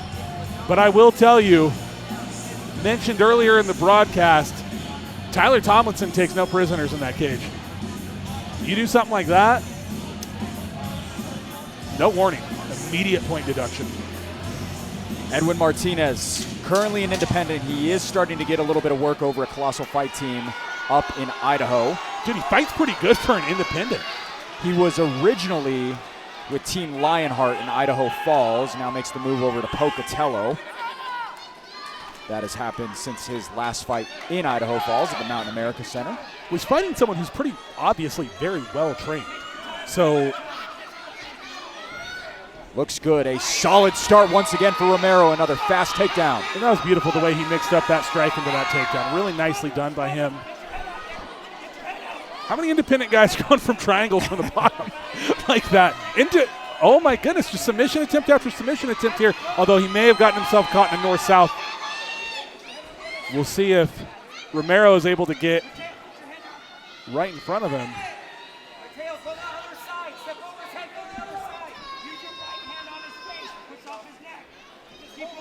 Romero pretty locked down, though he is on top. Martinez sound defensively. Yeah, Martinez is constantly looking for Darce and Anaconda chokes here from the bottom.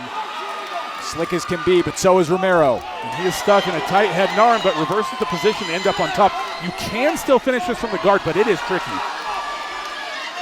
Jeremy Horn, of course, famously submitting Chuck Liddell back in the day, UFC 19 Young Guns, but who's keeping track?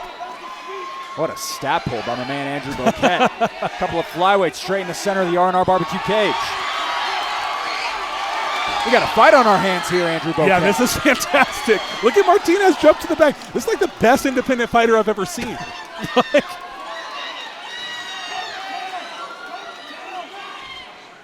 Hey, and if you're not all the way on the back, I was going to say, it doesn't always matter. Sometimes you can still get that choke. Romero ends up back on top. Some really good ground and pound right back to the mount. More of what we saw in round number 1. Mateo Romero with a whole lot. 70 seconds before we see bar stools.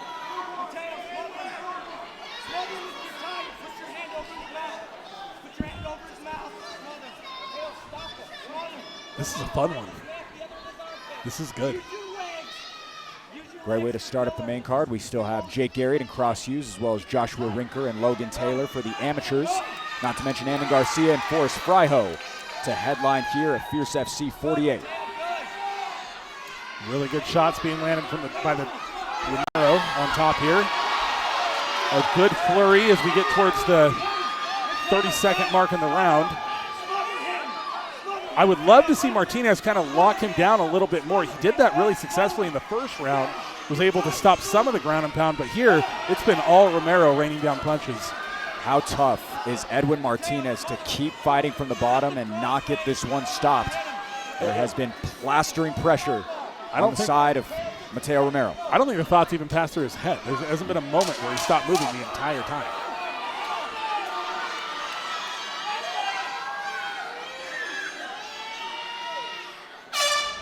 Martinez's one loss was by submission. It was a head and arm in August of 2025. As for Mateo Romero, like mentioned earlier on, all of his fights concluded by TKO. He lost to Dante Morales in round number 2 in September of 2024, and then TKO'd Giovanni Carrillo with just seconds sparing back in November. I have to ask myself if I'm Romero and my coaches are talking to me. What? Okay. I thought we had potentially a medical problem here. It's Keith giving a jiu-jitsu lesson in the middle of the cage. That's why they're on the floor. I got to ask, though, if you are as trained as Romero is and have trained for as long as you have, and you're in there with a guy who says he's an independent, although I have some doubts, and you're having this much trouble getting him out of there, it's got to play some mind games. I know for me, I'd be freaking out. It's a tougher test than he had alongside Giovanni Carrillo in November, I'll say that. Edwin Martinez, a scrappy flyweight, always entertaining, always fun, and we got 3 more minutes of him potentially right here to start up your main card action.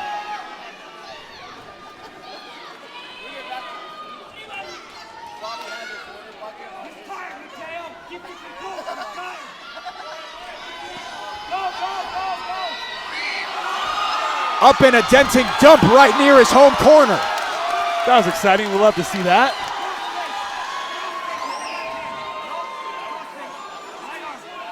Now, I don't think that was just for the aesthetics. His head got caught in the guillotine there. I think it was a heads-up move by him to make sure he landed in side control.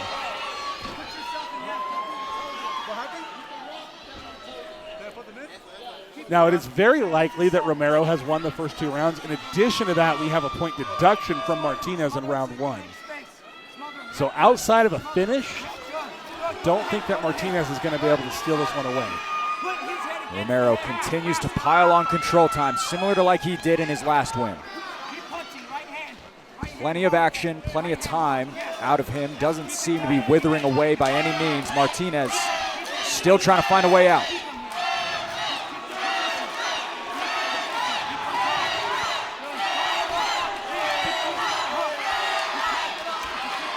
Romero staying busy here, just kind of pounding to the body.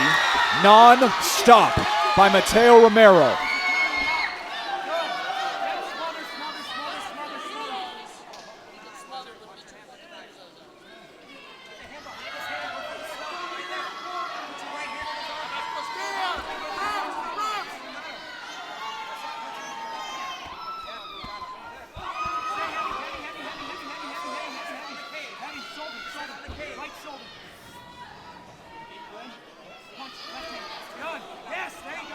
Absolutely no quit out of Edwin Martinez as Mateo Romero continues to pile on punches. Yeah, Romero's doing a good job staying busy here. Tyler Tomlinson kind of getting a little bit closer. Don't think it's quite enough for him to stop it, but he's really hovering around. The problem is Martinez is not offering anything other than just hanging on. You see with the body triangle from the bottom, not great, right, as far as your chances of getting up. Although it does drastically increase your probability of staying on the bottom, which is exactly where Romero wants him to be. Outside of the Dante Morales loss, basically every fight has looked this way. He is such an unbelievable grappler, and a potential title fight sits on the other side of this one.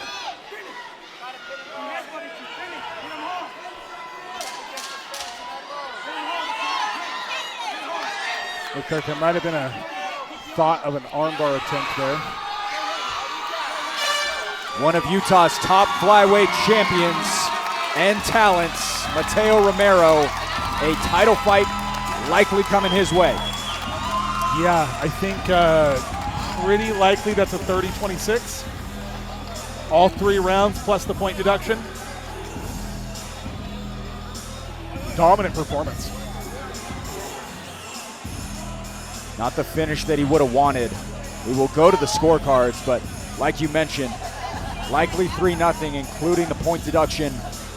If that goes his way, it'll be 2-1, and the only loss is to the current Fierce FC amateur champion, Dante Morales. How impressive is that guy?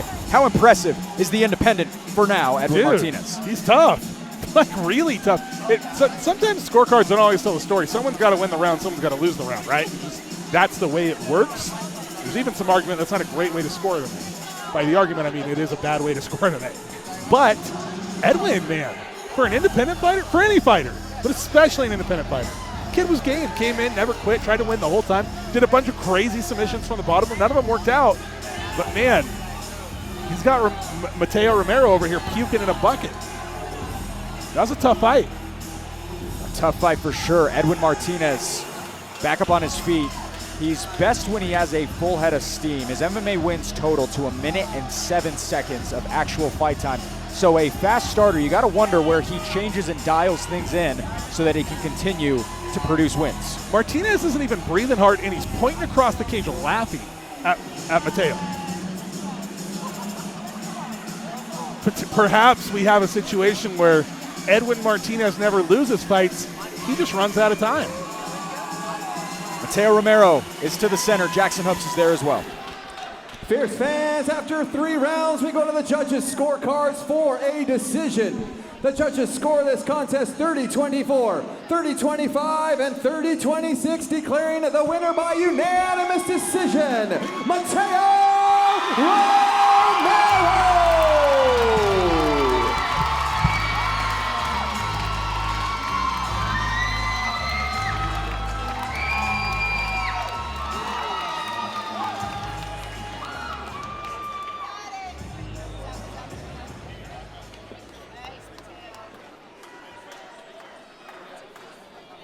Mateo, I'll make this quick. Just any words you have to say to all your Tooele Martial Arts Academy friends.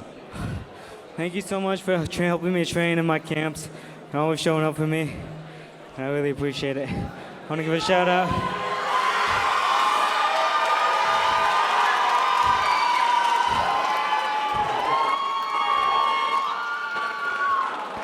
Mateo, that's 2 in a row, dominant by you. What do you want next? Anybody. I'll take anybody next. Ladies and gentlemen, give it up for your man, Mateo Romero. To all my sponsors, come in through my camp. And ka-chow.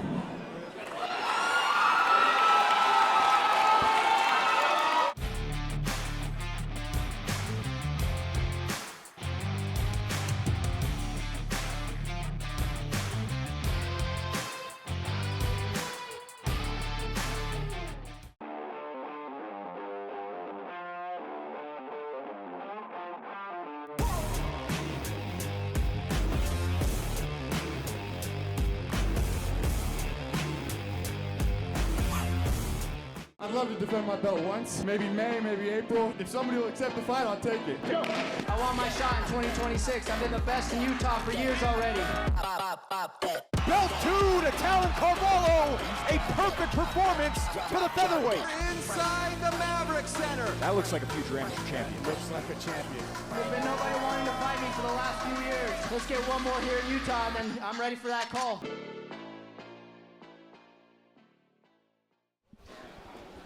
Well, we're back over in the Salt Lake Masonic Temple, and if you scan the QR code on your screen, we'll get access to Fierce FC's digital program. Get the inside scoop on every fighter set to make the walk, as well as additional information on future shows.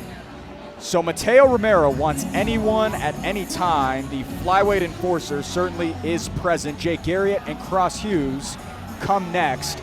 We will see Jake Garriott as well as Cross Hughes in just a second. When you take two featherweights who have potent power and knockout ability, you see that there's plenty of reason as to why Cross Hughes and Jake Garriott have been a bout with a whole lot of buzz.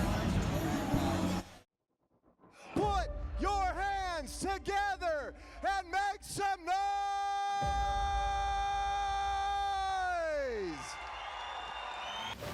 This looks like we don't want judges involved. Completely cold, Cross Hughes. Well, it was a barn burner the last time he competed. En route to the cage once again is Jake Garriott. Absolutely lights the Fierce cage on fire.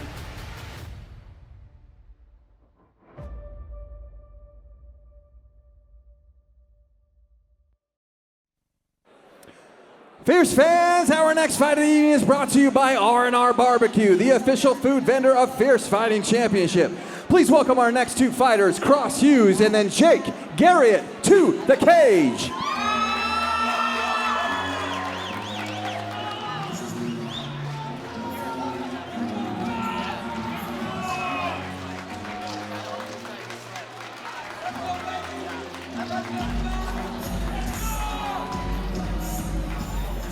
Muay Thai in January, MMA in April for Cross Hughes. Andrew, one of the best knockouts of 2026 belongs to that man. Can he pull off another photo-worthy finish tonight?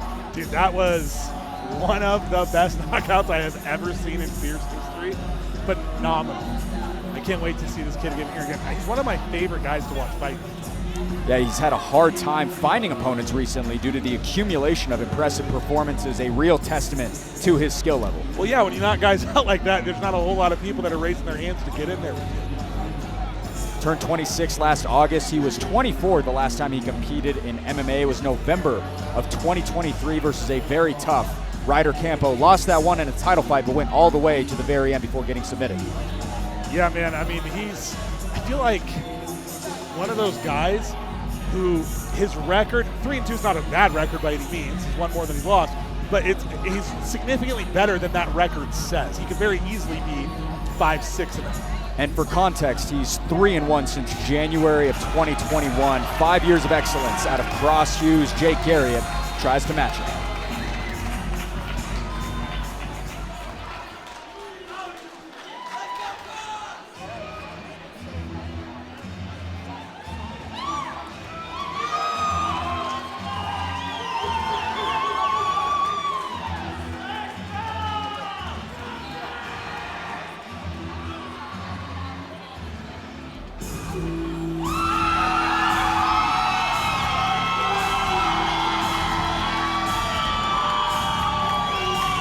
Perfect up to this point is Jake Garriott. Andrew, he impressed us in under a minute with his second victory. Since then, he side quested a kickboxing debut in January.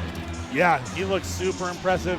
Clearly loves to fight, right? Like you can tell by the way when he gets in there and how he goes after his opponent. He likes what he's doing. This is, well, the judges can go ahead and go in the back for this because they're not going to be needed. Someone is going to, my guess, get knocked unconscious during this. Yeah, it's been a clustered calendar for Jake Garriott. His third fight since his return to competition in December of last year. Super, super active for the featherweight out of the Pit SLC.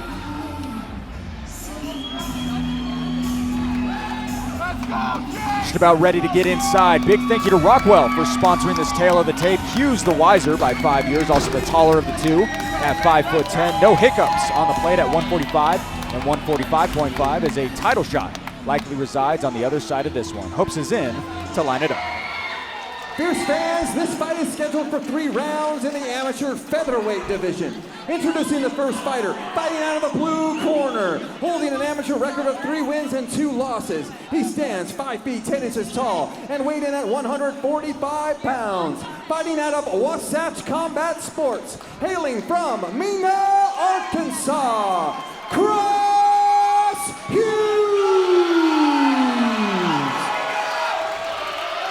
And introducing his opponent, fighting out of the red corner, holding an undefeated amateur record of 2 wins and 0 losses. He stands 5 feet 8 inches tall and weighed in at 145 1/2 pounds. Fighting out of the Pit SLC, hailing from Salt Lake City, Utah, Jake Garriott. And when the fight begins, the referee in charge, Tyler Tomlinson. 2 of Utah's top featherweights center stage thanks to R&R Barbecue, the official food vendor of Fierce FC. Cross Hughes, geared in blue gloves. Jake Garriott reacts in red gloves. You know who's a big fan of Jake Garriott? Nobody can see who you're pointing to, Andrew. What's the name? Nice takedown effort by Hughes. Just as we thought, getting right after it. It was Joe Haro for anyone Sorry, checking at home. yeah. No, you're good, brother.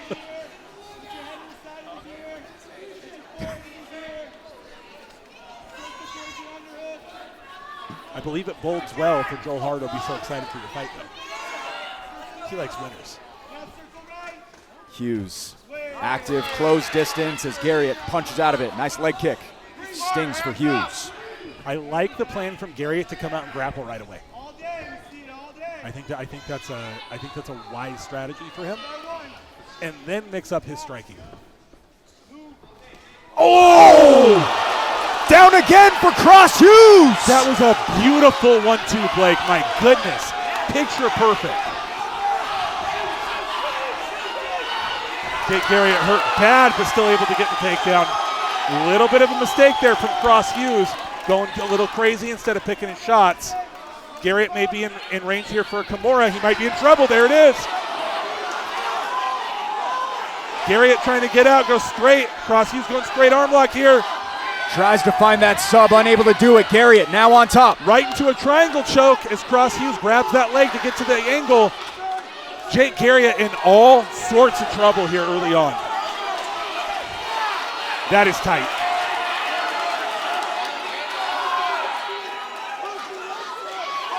If Cross Hughes can twist, oh, and he goes to the arm. Doesn't quite have the extension he needs. Jake Garriott is able to find a way out, finds himself in reverse mount. How tough is Jake Garriott? Extremely tough. And it looked like he was going for a knee bar of his own there. Cross Hughes might be spent after that. That was a lot of energy he just used to try to finish Jake Garriott. 55 seconds remain in round 1. Blocks the leg to look to mount. See if he's able to get it. There it is. Now, while he survived and he's mounted, he is absolutely losing this round. So he's got 35 seconds to turn that around for himself. See if he's able to do it. Trying to frame off the head to land some strikes. Does so with his elbow. And here it comes. Nice thumping blow lands for Garriott and mount. Cross Hughes is sticking that arm straight up in the air.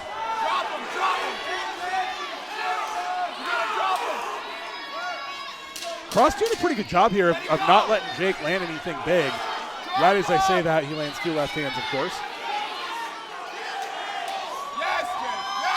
What a round 1 we have. Great round 1. I got to give it to Cross Hughes. Jake Garriott ending the round on top. That was as good of a 1-2 as you're going to see anywhere. I'd love to see that again. Oh my goodness, that was the one. Yeah, real hard jab. Real hard jab. Hey, and you know what? In MMA, especially if you stand with more of that Dutch kickboxing stance, more square, you can hit real hard from both sides. See a little blood coming from the nose of Hughes, not without a nice knockdown as well as plenty of submission options. Jake Garriott would not go down. No, he went down. He wouldn't stay down. Yeah. The kid is tough, man. Now, here's the thing, though. You dropped him. You did a flurry of punches.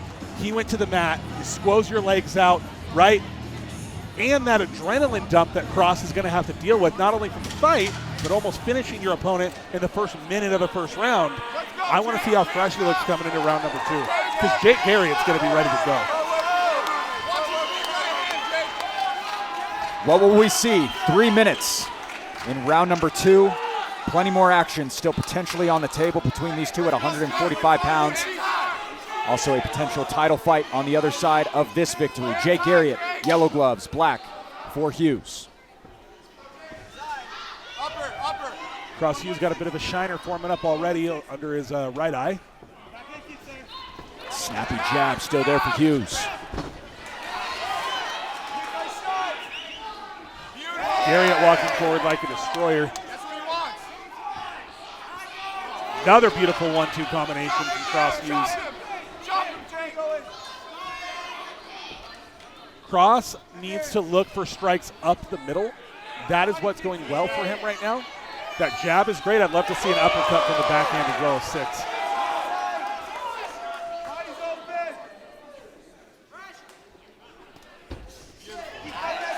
Cross has got to be real careful with these naked leg kicks. He's got Jake Garriott throwing nothing but horsepower over the top.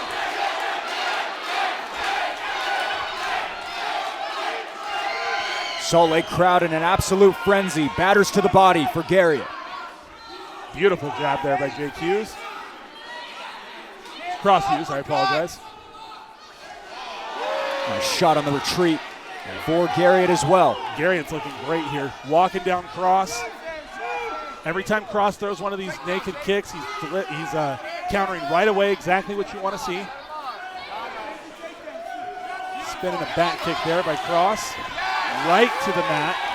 Down to the canvas, closer to the pit SLC than Wasatch Combat Sports. I don't love that body language from Cross Hughes going down that easy.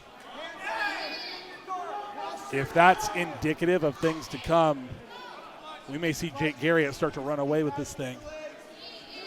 Yeah, went to a round 3 in his Muay Thai walk in January. Again, those are 3 2-minute rounds rather than 3 3-minute rounds. And with no grappling, right? Big difference on the gas tank. Had 4 fights in 2023 for Cross Hughes, none in 24 or 25.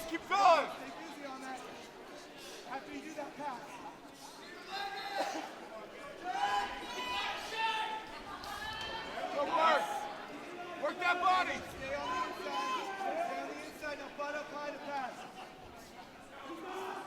Keep him against the fence. Jake Garriott doing a good job pressuring here, looking to continually make sure that Cross is keeping those legs well crossed.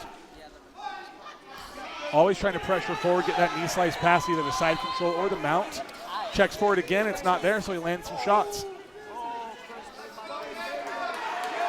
Really good grappling so far out of Jake Garriott, I like it. Good top pressure. And this is horrible for Cross Hughes, right? Not only is he losing the round, but this is exhausting. Every single time you try to escape, you get held down.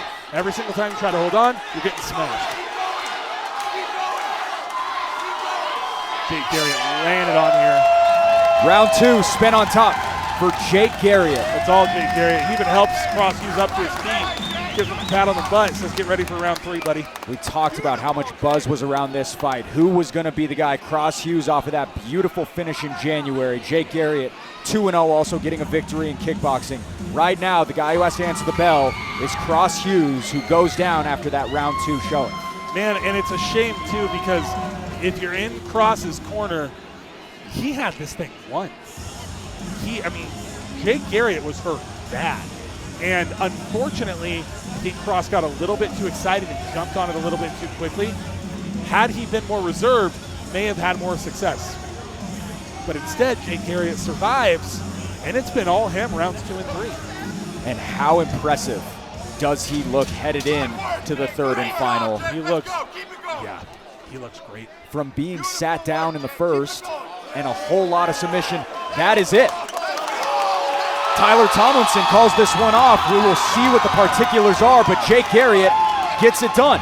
And you know what? I respect the call from the corner. I don't know that Cross had much left to offer, I think likely what would have happened is he would have gotten mounted and beat up for another round. I don't hate it. Andrew, that is one of the gutsiest wins I think I've ever seen in the Fierce Cage, from getting knocked down in round number 1, dealing with so many submission attempts, and being able to get his guy to say no on the stool, or at least his corner. Again, we're not sure of the exact particulars. Jake Garriott, that man is 3-0. Tough kid. Very, very tough kid. How old is he? Jake Garriott, 21 years of age, born May 10th of 2004. Sky's the limit then, because he just beat a guy and was even beating him on the feet through parts of the fight, who is a better striker than him. I'm not to take anything away from Jake. Cross Hughes is a better striker than him. Jake Garriott didn't care. He walked through it, hands high, chin tucked, threw over the top, landing shots that hurt him, dominating on the ground. Dominating on the ground. That's a style that'll win you fights all the way up to the highest levels. Heavy hands, good enough defense, tough chin, strong pressure from the top. That is the formula for modern day MMA in 2026. He says he wants to be fully focused on this dream of his. Jake Garriott looks good in his 3rd ever amateur walk. We'll give him his time. Fierce fans, referee Tyler Thomason has called a stop to this contest at the end of the 2nd round due to retiring on the stool, declaring the winner, Jake Garriott!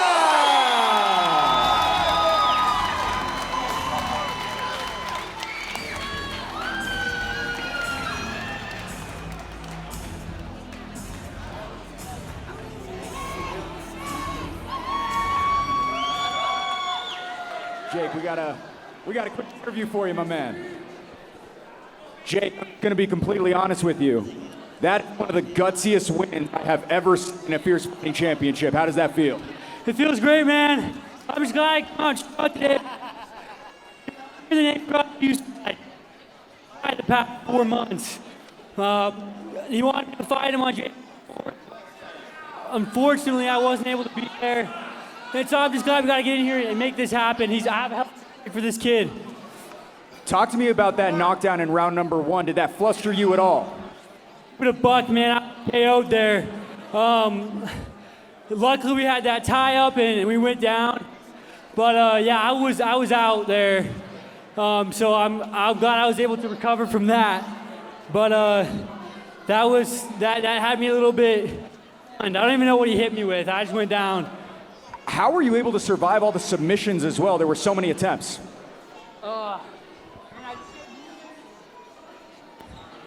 just kept moving and I just got up.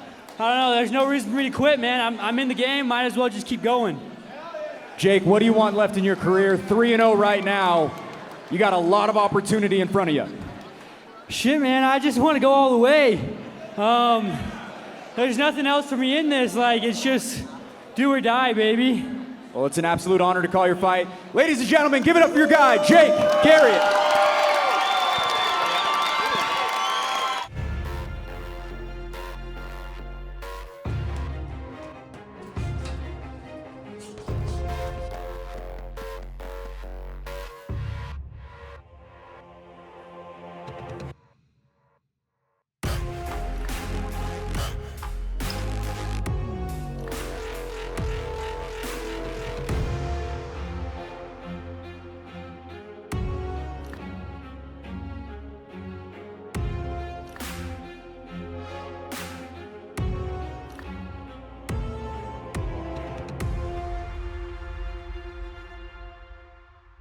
Rockwell time. Live unrivaled. Jay's Tire Pros proudly serves the Bountiful community, a family-owned local business for nearly 30 years. Still serving Davis County with pride, Jay's Tire Pros has been your neighborhood experts in tires, wheels, auto repair, and brake service for almost 3 decades. At Jay's, customer service always comes first. Our expert team helps you find the perfect tires for your car, truck, or SUV and gets you back on the road fast. We also handle everything under the hood. oil changes, brakes, alignments, shocks, struts, and transmission services, all at competitive prices. Whether you drive foreign or domestic, you can count on Jay's Tire Pros for honest work, reliable service, and the best care in Davis County. Jay's Tire Pros, proudly serving our community for nearly 30 years and keeping Davis County moving safely and smoothly.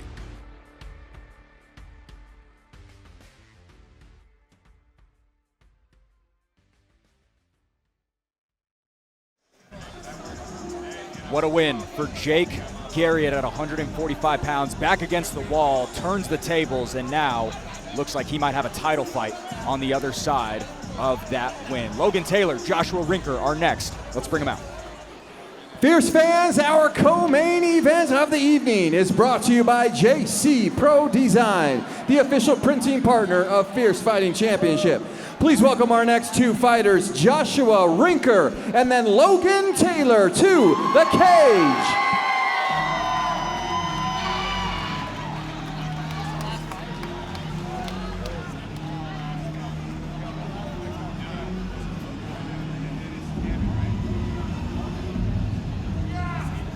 New stage for MMA Gold's Joshua Rinker. Andrew, those two losses come at the expense of split decisions. One judge sees it another way in those instances, and this guy hasn't had an off night. Yeah, I mean, again, right, the records don't always tell the story exactly. He's got his work cut out for him here with Logan Taylor, though, I'll tell you that. These are two high-level guys that, man, this is going to be so good. Really high-level amateurs. These guys would beat a lot of pros.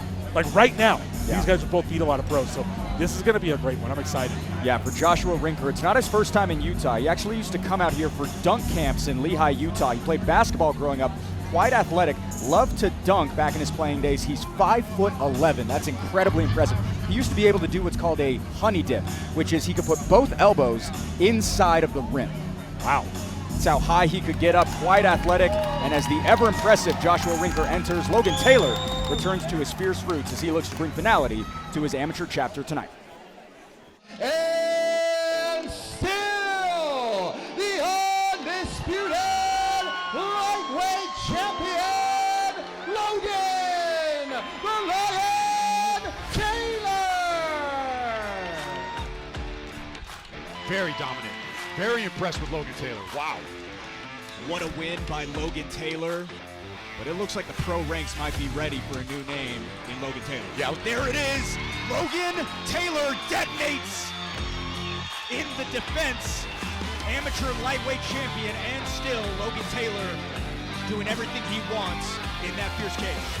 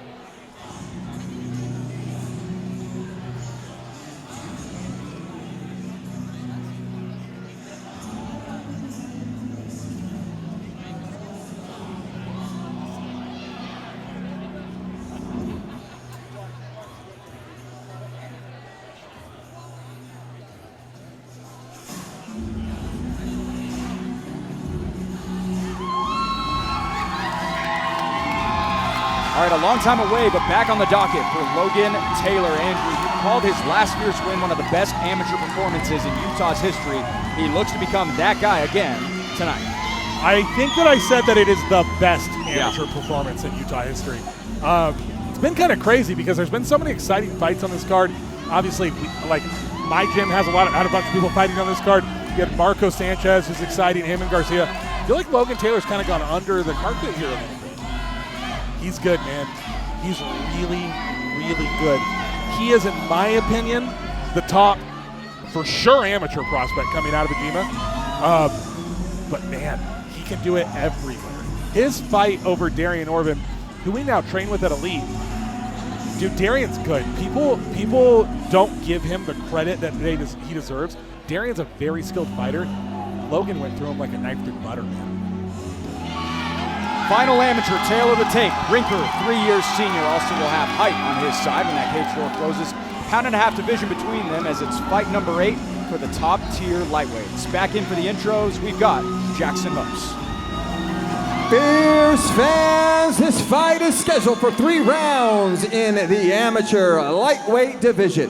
Introducing the first fighter, fighting out of the blue corner, holding an amateur record of 5 wins and 2 losses. He stands 5 feet 11 inches tall and weighed in at 156 pounds. Fighting out of MMA Gold, hailing from Auburn, California, Joshua Rinker. And introducing his opponent, fighting out of the red corner, holding an amateur record of 6 wins and 1 loss. He stands 5 feet 9 inches tall and weighed in at 154.5 pounds. Fighting out of Agima Jiu-Jitsu and MMA, hailing from Meridian, Idaho, by way of Provo, Utah, Logan the Lion Taylor. And when the fight begins, the referee in charge, Tyler Tomlinson. Last Act of Amateurs, presented by JC Pro Design, the official printing partner of Fierce FC. Joshua Rinker visits in blue gloves. Logan Taylor bites back in red gloves. What a matchup, Andrew Boquete. Oh, this is going to be a good one. Oh, my goodness. Logan Taylor with that level change to the overhand right. Clubs beautifully to start things up. Let's go, Logan! Let's go, Logan! Let's go, Logan! Let's go, Logan! Let's go, Logan! Nice leg kick for Taylor. Yeah, Taylor's all over him, man. Good overhand right. Good calf kick. Rinker's a longer fighter, but he's not fighting longer. Logan Taylor catching that kick, see if he can secure a takedown with it. Right over in that MMA Gold corner. Jim West, Thomas Fallon make the trek out from Northern California.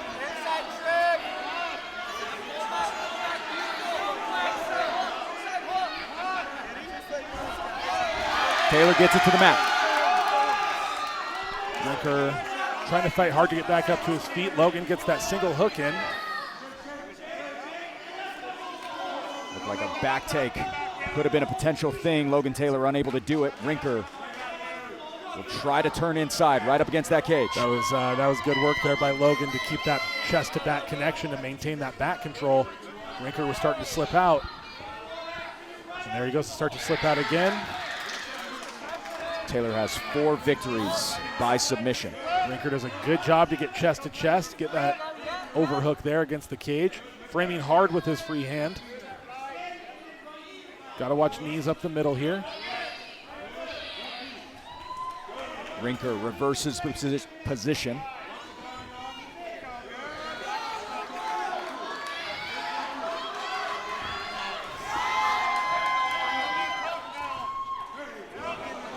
Beautiful head movement there by Logan Taylor.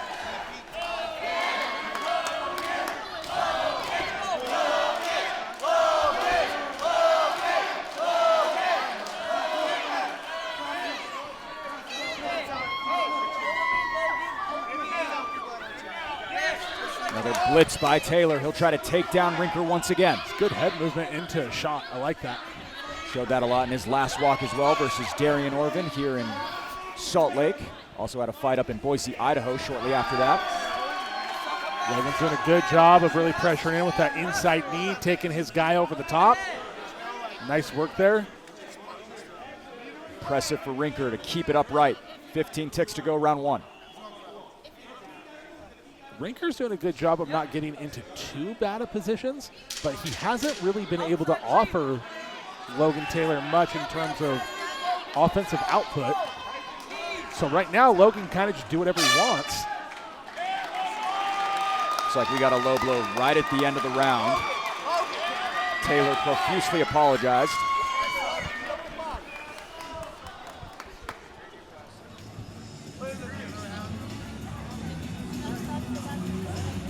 Back over to the stool is Logan Taylor. What's he done so well to slow down the offense of Joshua Rinker, which he's known for? He's doing a great job of fighting at his range, which is hard to do when you're the shorter fighter, and he's doing a great job of it. He's not just coming in straight forward. He's moving his head the whole time, moving his feet the whole time. He's setting up his shots with either head movement or punches, which is really great. It's hard to set up your takedowns with offense from your hands. It's harder to set up your takedowns with defense, right? He's using defense, his head movement, and then shooting it. Really good work by him. He's just keeping Rinker guessing the whole time. Defensively sound as well, Joshua Rinker. Not a whole lot of damage taken, but Logan Taylor certainly leads the dance in round number 1. Rinker's won 3 in a row, 2 of them by TKO. Wants to get another one here in SLC. The majority of his amateur career has taken place in Nevada. I want to see Rinker put his foot on the gas during this round. He's got to get after it.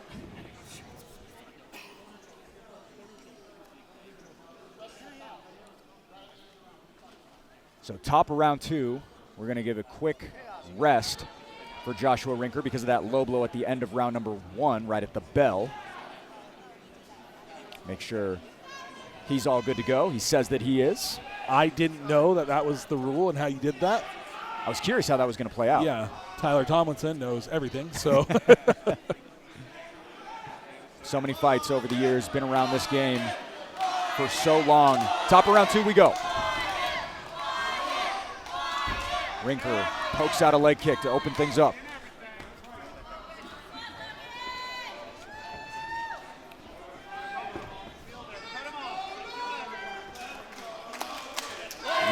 Logan does really good movement here. Nice and light on his feet.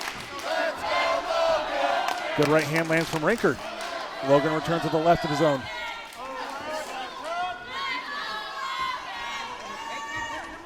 Logan's doing a really good job of getting in his range and hitting with that jab. Love to see him stay on that.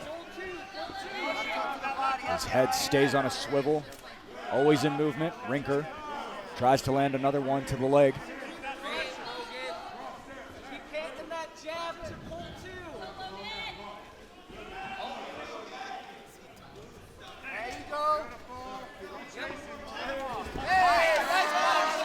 Nice combination of close distance. Right up against the cage. Taylor, the aggressor. Good body shot by there by Logan Taylor up against the fence. Rinker gets off, but not without eating a right hand. An offensive onslaught by Taylor. Nice knee up the middle for Rinker. To the takedown we go. That was a beautiful takedown by Logan Taylor. Trying to pull Rinker into back control. May just settle with the bottom hook in. Potentially a truck position to be had here. Really good job by Logan Taylor there not to lose that position while Rinker starts to build himself up. Rinker has never been finished in his storied amateur career. 5-2, again, 2 losses by split decision. Isolated arm right now. I was going to say Rinker turning to his back to stop the choke, but he's going right into a head and arm. Logan Taylor feels it, gets to that figure 4 arm position.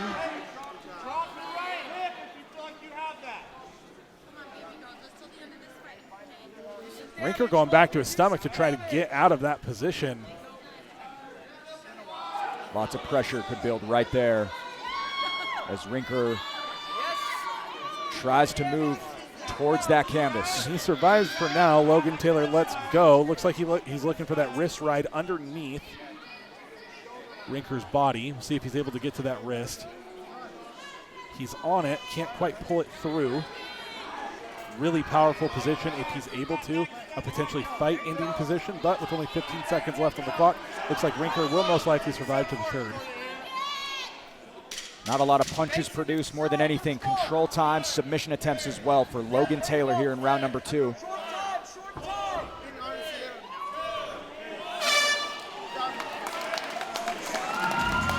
Another good round for the local fighter. Throws his hands up and showboats to his crowd a little bit. I mean, it's been all him so far. 2 solid 10-9s. Again, Logan Taylor, the former 155 champion here at Fierce FC. Joshua Rinker, What's he got to do to build back up here in these final 3 minutes? He's got to come out the gate swinging. He's not offering enough offense for Logan to have to care about what he's doing. He's got to hit Logan and hurt him and get some respect. Logan has zero respect for his offensive output at all right now. And so he's got to give Logan Taylor a reason to, take his foot off the gas just a little bit. For Logan Taylor in his last fight here in Salt Lake City, he controlled 5 minutes and 5 seconds of it in a 7-minute and 47-second fight. Short translation there, 65% of the fight he was on top or stopping the offense of Darian Orban. He's doing something similar here alongside another tall task in Joshua Rinker out of MMA Gold. We'll see how Rinker comes out here. Fast out of the floodgates for Taylor. He sprints to the center. Rinker throwing right from the jump, which is a good sign, but he's got to stay after it, man. Rinker has 3 TKO victories in his amateur career. So he can crack. Taylor has never won a fight with his fists. Nice work by Rinker. Back to the wrestling for Taylor. Rinker landed a great shot there, but Logan returned with 2 right away. Logan with another takedown up against the cage here.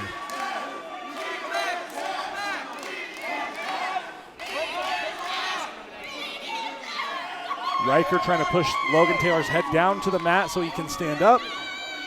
See if he's able to do so. Tough position when you're on bottom here, in a miserable position to be sure, especially after losing those first 2 rounds. How much of a Swiss Army knife has Logan Taylor been from being good on the feet, but his grappling, his takedown efforts have been so solid. Oh, he can do it all.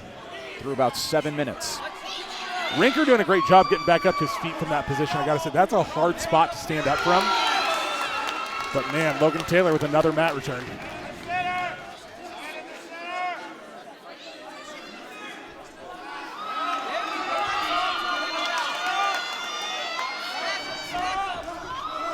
Rinker fighting hard to get back up, potentially going for a Kimura here. We'll see. Taylor backpacks again. Yeah, Logan Taylor relentless here. A win would be his 7th as an amateur, dating back to 2023, September to be more precise. He has grown up in this fierce cage and built his name. Nice work by Rinker. He lands one. Yeah, Rinker swinging for the fences here, which is what he needs to do. He needs to do that. I don't know if I love that from Logan Taylor, breaking off that clinch. Under a minute to go. Can Rinker pull off the Hail Mary? Standing is not a good idea here for Logan. He needs to keep grappling. The only chance Rinker has to win this fight is to throw a Hail Mary bomb. And while so far Rinker hasn't been able to land a whole lot of offense, not necessarily a good idea to give him that opportunity.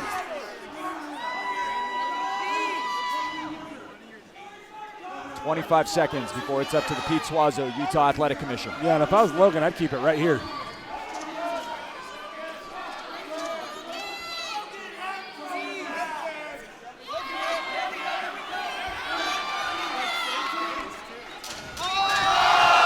Beautiful suplex for Logan Taylor to put a cherry on top of this performance. And maybe another one. Let's see. Nope. Oh, breaks and goes for the head kick. No room to breathe. Logan Taylor likely with his 7th amateur win. Dude.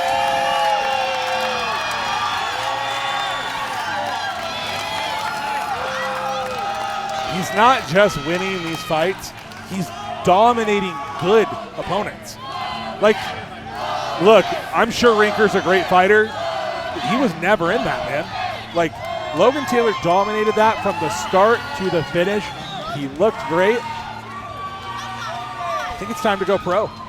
Rinker hadn't lost since November of 2024. Again, 3 straight, already got one in February. We see unbelievable grappling instincts, a suplex as well late in the fight. Logan Taylor, we'll see what the judges say, but that's likely 7-1 for him. Yeah, I don't see any other way they could go. Rinker just felt a little flat. Looked like he could never quite get into his pace, never get into his rhythm, could never get going. Never stopped fighting. fought the whole time, fought hard, but just could never really get anything meaningful going. I'll mention this, Joshua Rinker out of MMA Gold, 4-0 in 2023. April of 2023, they went home with a couple of belts. They were so incredibly impressive. Kurt Taylor enters the Fierce cage. Logan Taylor's dad so proud, his biggest fan. Big smile on his face as he thinks they have gotten it done. We've got scorecards in hand. Let's get it inside. Fierce fans, after 3 rounds, we go to the judges' scorecards for a decision. All 3 judges score this contest 30-27, declaring the winner by unanimous decision, Logan the Lion Taylor!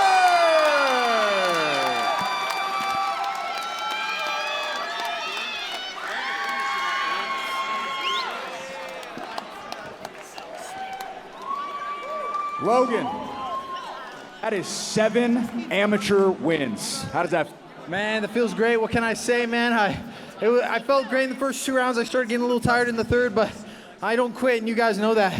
But first and foremost, I want to thank my Lord and Savior, Jesus Christ. Without him, I wouldn't be here. All the trials, tribulations I went through were because of him. And what made that happen was my amazing sponsor, Elevate Hyperbarics. They always help me out through all my aches, pains, sores, and injuries. They always help me out through that. And I recover the best from them. And some of the Logan the Lion t-shirts are thrown out. Might do some more, but that's the best material in the game. From Teaser Shirt Shop, they always help me out with that. I want to thank my friends and family for being here. Everyone in the crowd, everyone from Tucanos, my work, friends, family that came and drove down here, everyone watching on the camera. I love you all. Thank you for the support. And I'm gonna go eat a ton of food. Celebrate tomorrow at the brunch house with Louie. Thank you so much, everyone. I love you all. Ladies and gentlemen, give it up for Logan Taylor.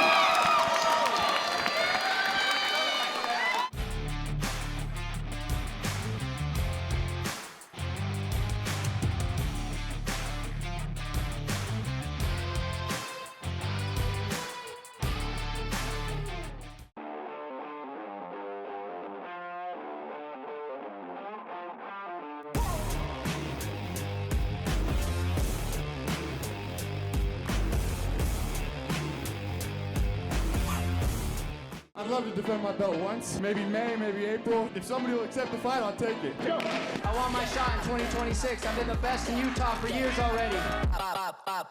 Belt 2 to Talon Carvalho. A perfect performance for the featherweight. Inside the Maverick Center. That looks like a future amateur champion. Looks like a champion. There's been nobody wanting to fight me for the last few years. Let's get one more here in Utah, and then I'm ready for that call.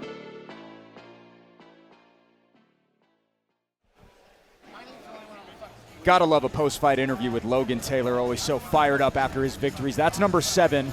Very curious what he does next. He does say that he wants a kickboxing match before he does turn pro, but those ranks might be in the imminent future. You do see that Marco Sanchez and Rafael Vega were the main event. That is no longer the case. We are at the final fight of Fierce FC 48. Amin Garcia, Forrest Fryho, set to go in. Fierce fans, our main event of the evening is brought to you by Jay's Tire Pros, the official tire of Fierce Fighting Championship. Please welcome our final 2 fighters, Forrest Fryho and then Amin Garcia to the cage.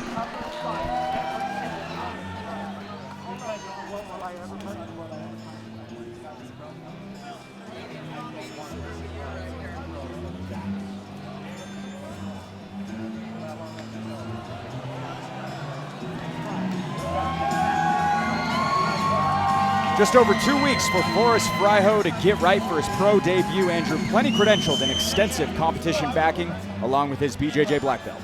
Yeah, so this is a guy, what was it, 22 fights? 26. 26 fights he tried to get where people kept falling out, which, like, It happens, right? Anyone who's fought has had a handful of fights fall through. That's a crazy number. That's an insane amount of fights. And no amateur career to speak of, correct? Well, I was going to say, it's wild. You never hear of that anymore, to make your pro debut without an amateur backing. It's rare. It's very, very rare. Occasionally you'll have guys that do that, Brock Lesnar, stuff like that.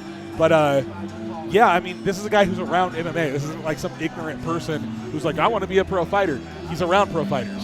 He's jiu-jitsu coach to guys who are in the UFC, right? So he knows what he's doing. If he's coming and taking this fight, he feels confident about it. And there's enough footage on Ammon for them to be aware. So he obviously feels very confident in his own skills. Well, he's been coined your favorite fighter's favorite fighter thanks to his conclusive style with back-to-back knockouts. Safe to say, Ammon Garcia is a bandwagon that seems to be bursting at the seams.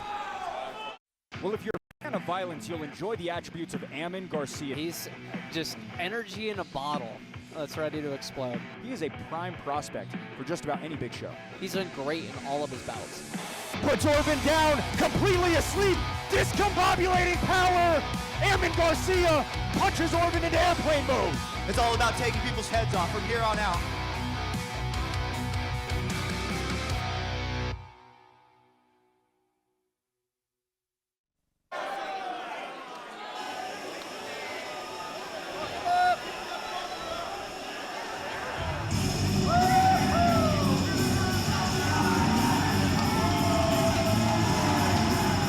Well, fresh off a walk-off, a quick return is in store for Ammon Garcia. Andrew, it took just 5 strikes to shut off the lights of Leon Taylor. It's wild to think that a guy like him is improving every time he's in there. Hey, with a walk-off, makes it even better. He didn't even follow it up.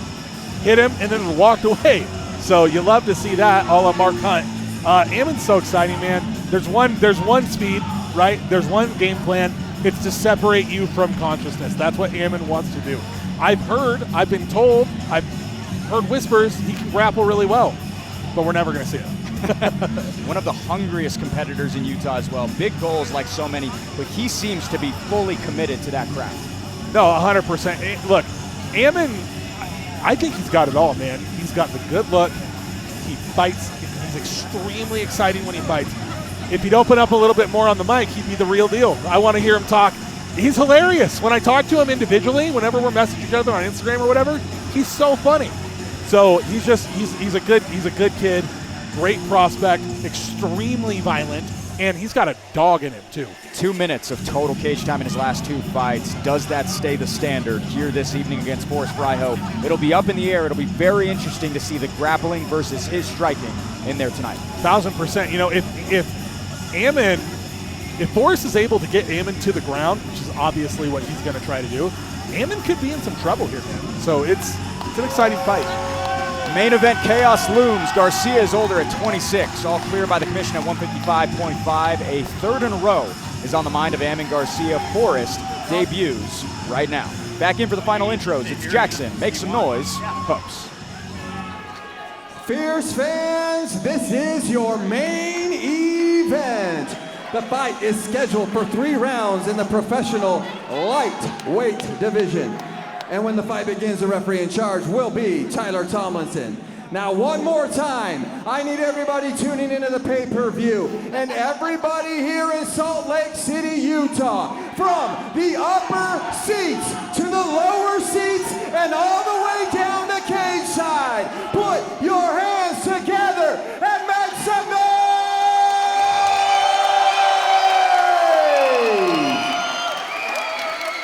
Introducing the first fighter, fighting out of the blue corner. Making his professional debut, he stands 5 feet 10 inches tall and weighed in at 155.5 pounds. Fighting out of Peerless Jiu-Jitsu Academy, hailing from Santa Ana, California, by way of Kingman, Arizona, Forrest Fryhoe.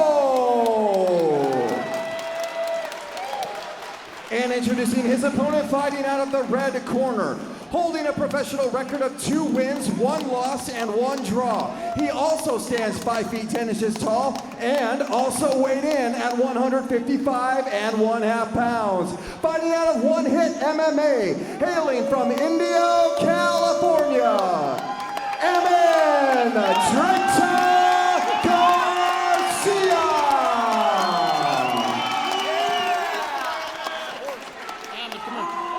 All right, went over the rules in the back, okay? Protect yourself at all times. Listen and obey my commands at all times, okay? Do not hit the back of the head. Do you guys understand the pro rules? Okay, touch gloves if you want, back up. Last page of FFC 48 is powered by Jace Tire Pros, the official tire of Fierce FC. Forrest Fryhoe looks to splash in green. Ammon Garcia tries to gain more momentum in black.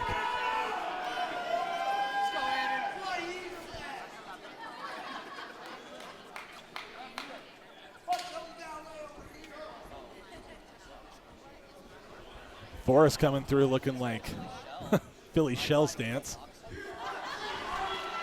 Ooh.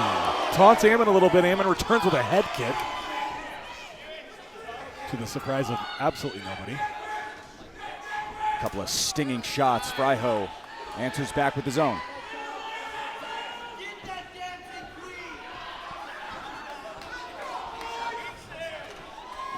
Crowd getting involved in this one early on. I like it. Garcia is such a fan favorite. Again, Fryhoe takes this one on a little over 2 weeks' notice out of Corona, California. Another one inside for Garcia. That's a hard leg kick. Temporarily got Forrest to switch stances. Beautiful shot by Forrest. Doesn't get it. Forrest immediately pulls guard into an inversion. How fast are those reactions from Ammon Garcia as he headhunts? Yeah, Ammon's walking down here. He can feel it.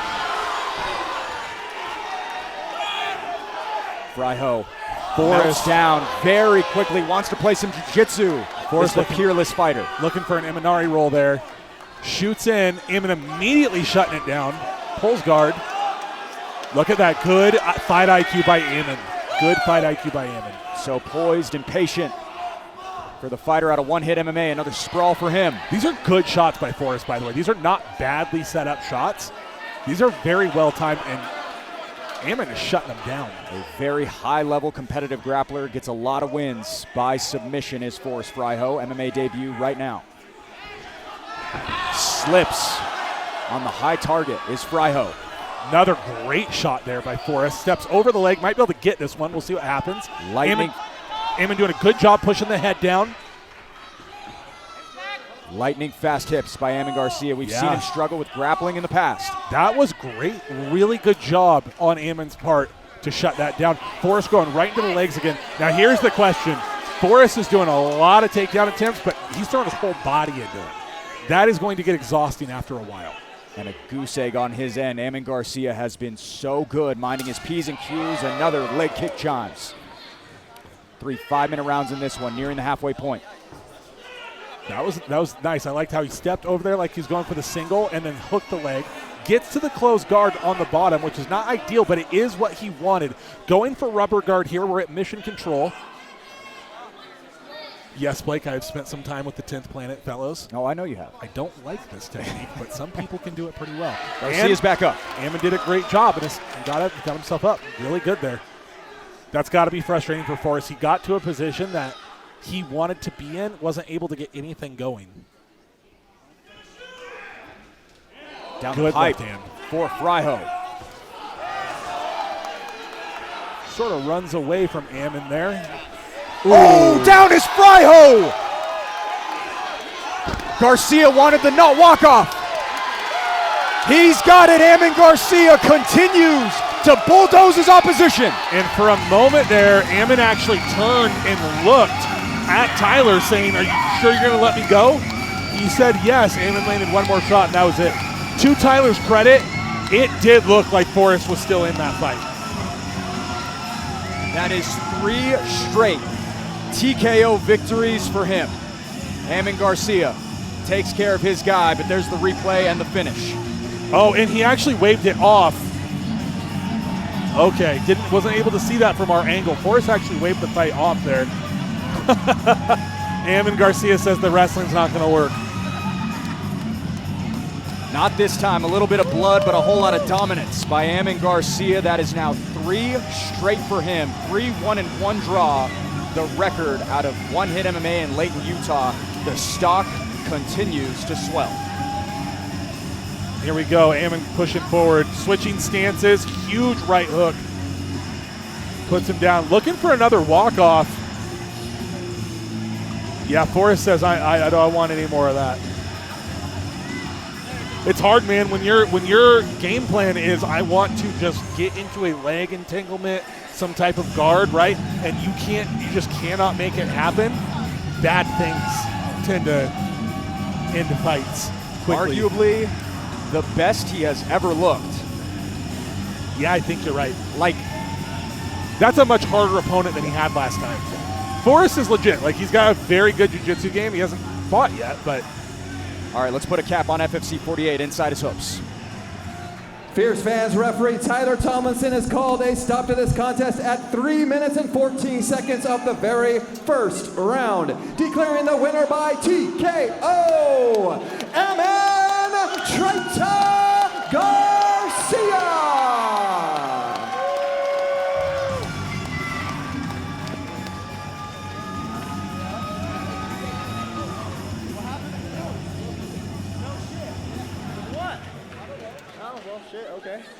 Aman Garcia, 3 straight wins, 3 straight knockouts. How does that feel? Well, it feels like a plan's coming together, doesn't it? What do you want to do next? You've been super active. Do you feel good? Do you want to get back as quickly as possible? Yeah, I would like to. If everybody lets me, like my coach and, of course, Zach. So, yeah, man, I'm ready to go. I'm ready to just keep going. I'm ready to do this shit. I'm getting old, man. I turned 26 this year. I got to push the fucking trigger now. You know what I mean? Aman, talk to me a little bit about that finish. It was a bit delayed. You wanted the walk-off. It wasn't called off immediately. You finish up with one more. No, that guy is a legit black belt in Brazilian Jiu-Jitsu, and I mean, if I don't have to go into his guard and lay down with him, I'm not going to. I'd rather just punch him in the face. So I didn't know that I hurt him at first. I felt like I hit him with something, but then I was like, oh, I'll just wait for him to get back up. And then the ref's like, keep going. I'm like, what? What do you mean keep going? And then I guess they stopped it, so now I'll just go home. Any family, friends, fans you want to thank? Yeah, thank you for everybody who bought tickets to me. It means a lot for you guys to come out here and support me. Big thank you to Zach. The guy works night and day to get me opponents. So I'd like to say thank you to him, my manager, Roman, and then also these 3 guys here, Aldo, Teague, Tracy, for cornering me and coaching me. So without them, without all these people, it wouldn't be possible, so thank you. Ladies and gentlemen, your main event winner, Aman Garcia. That guy's giving me his cowboy hat.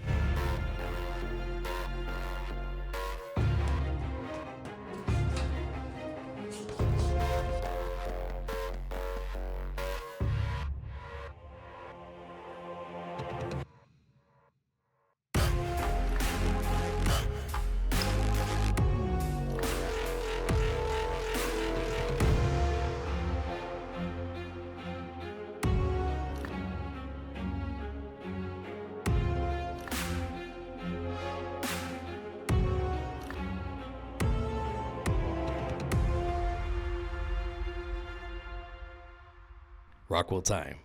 Live unrivaled.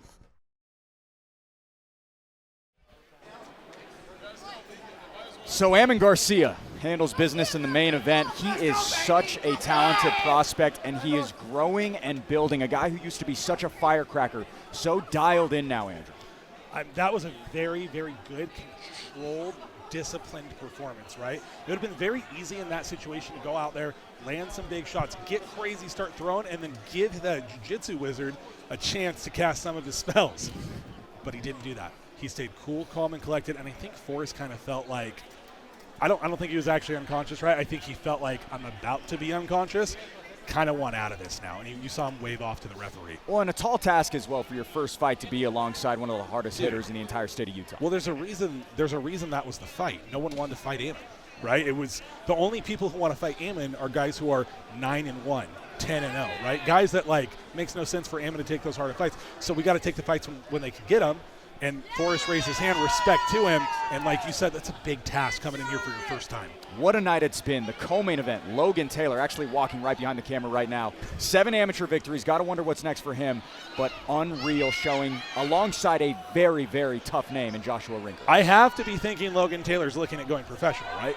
Like, I don't really know what's really left for him at 55 as an amateur. I think it's time to go pro. He's fighting at that level. Actually, I think he's fighting above that level. For entry-level pros, I think Logan's a step ahead of that. So the Maverick Center in May. Tickets on sale next Friday. I know you're looking forward to that. The return, right? We love the Maverick Center. Maverick Center shows are always popping, and we got some sick fights lined up for that card. Tickets on sale next Friday at fiercefightingchampionship.com. What a night that should be. What a night we've had here as well. We got some highlights for you to scan through before we send you home packing. As we take a look right now at some of the first amateur actions, we started things off with McCain Tolley absolutely leveraging his position and laying down a litany of blows to finish things up. Ethan Essex unable to get the job done, 18 years of age. Hopefully he will be back. How about Nash Goddard as well? The combinations, a serious talent out of Sandy, Utah. We move forward. Zarek Moshed, East Palmer, one of the best fights in Fierce history. Certainly the fight of the night this evening on top of a very stacked class of nominations. What a night and what a knockdown right there for Zarek Moshed. Not only him, but Manny Cazares finally getting it done. He's typically a grappler, but he gets it done with his fists this time around. Built like a brick wall, and he showed it. Speaking of, how about Byron Sneed with that knockdown and a few more? What a showing by him as well. Sneed ground and pounds his way to his first ever amateur MMA victory. We didn't stop there. There was a whole lot more. We think of Mikołaj Kazubinski as Byron Sneed stays the course. Ethan Ojukwu might have stolen the show with this submission. What acrobatic positioning. We see the armbar that absolutely snipes that arm. How about Cross Hughes, but unable to get the job done? It was Jake Garriott who turned the tides, but it started off hot for him. Not to mention Logan Taylor, like we already talked about, the suplex, as well as his 7th ever amateur victory. It closed out with Amin Garcia. We see him bink things down as Forrest Fryho is finished in the first, and Amin Garcia is a force to be reckoned with on top of everything that he's already been able to do. Massive thank you for watching FFC 48 from our entire Pats Media crew, our producer, Jordan Buscarini, our graphics coordinator, Ryan Piccolo, our A1, Aiden Mortensen, and all of us here at Fierce Fighting Championship. For Andrew Boquette, I'm Blake Arulian saying see you next month.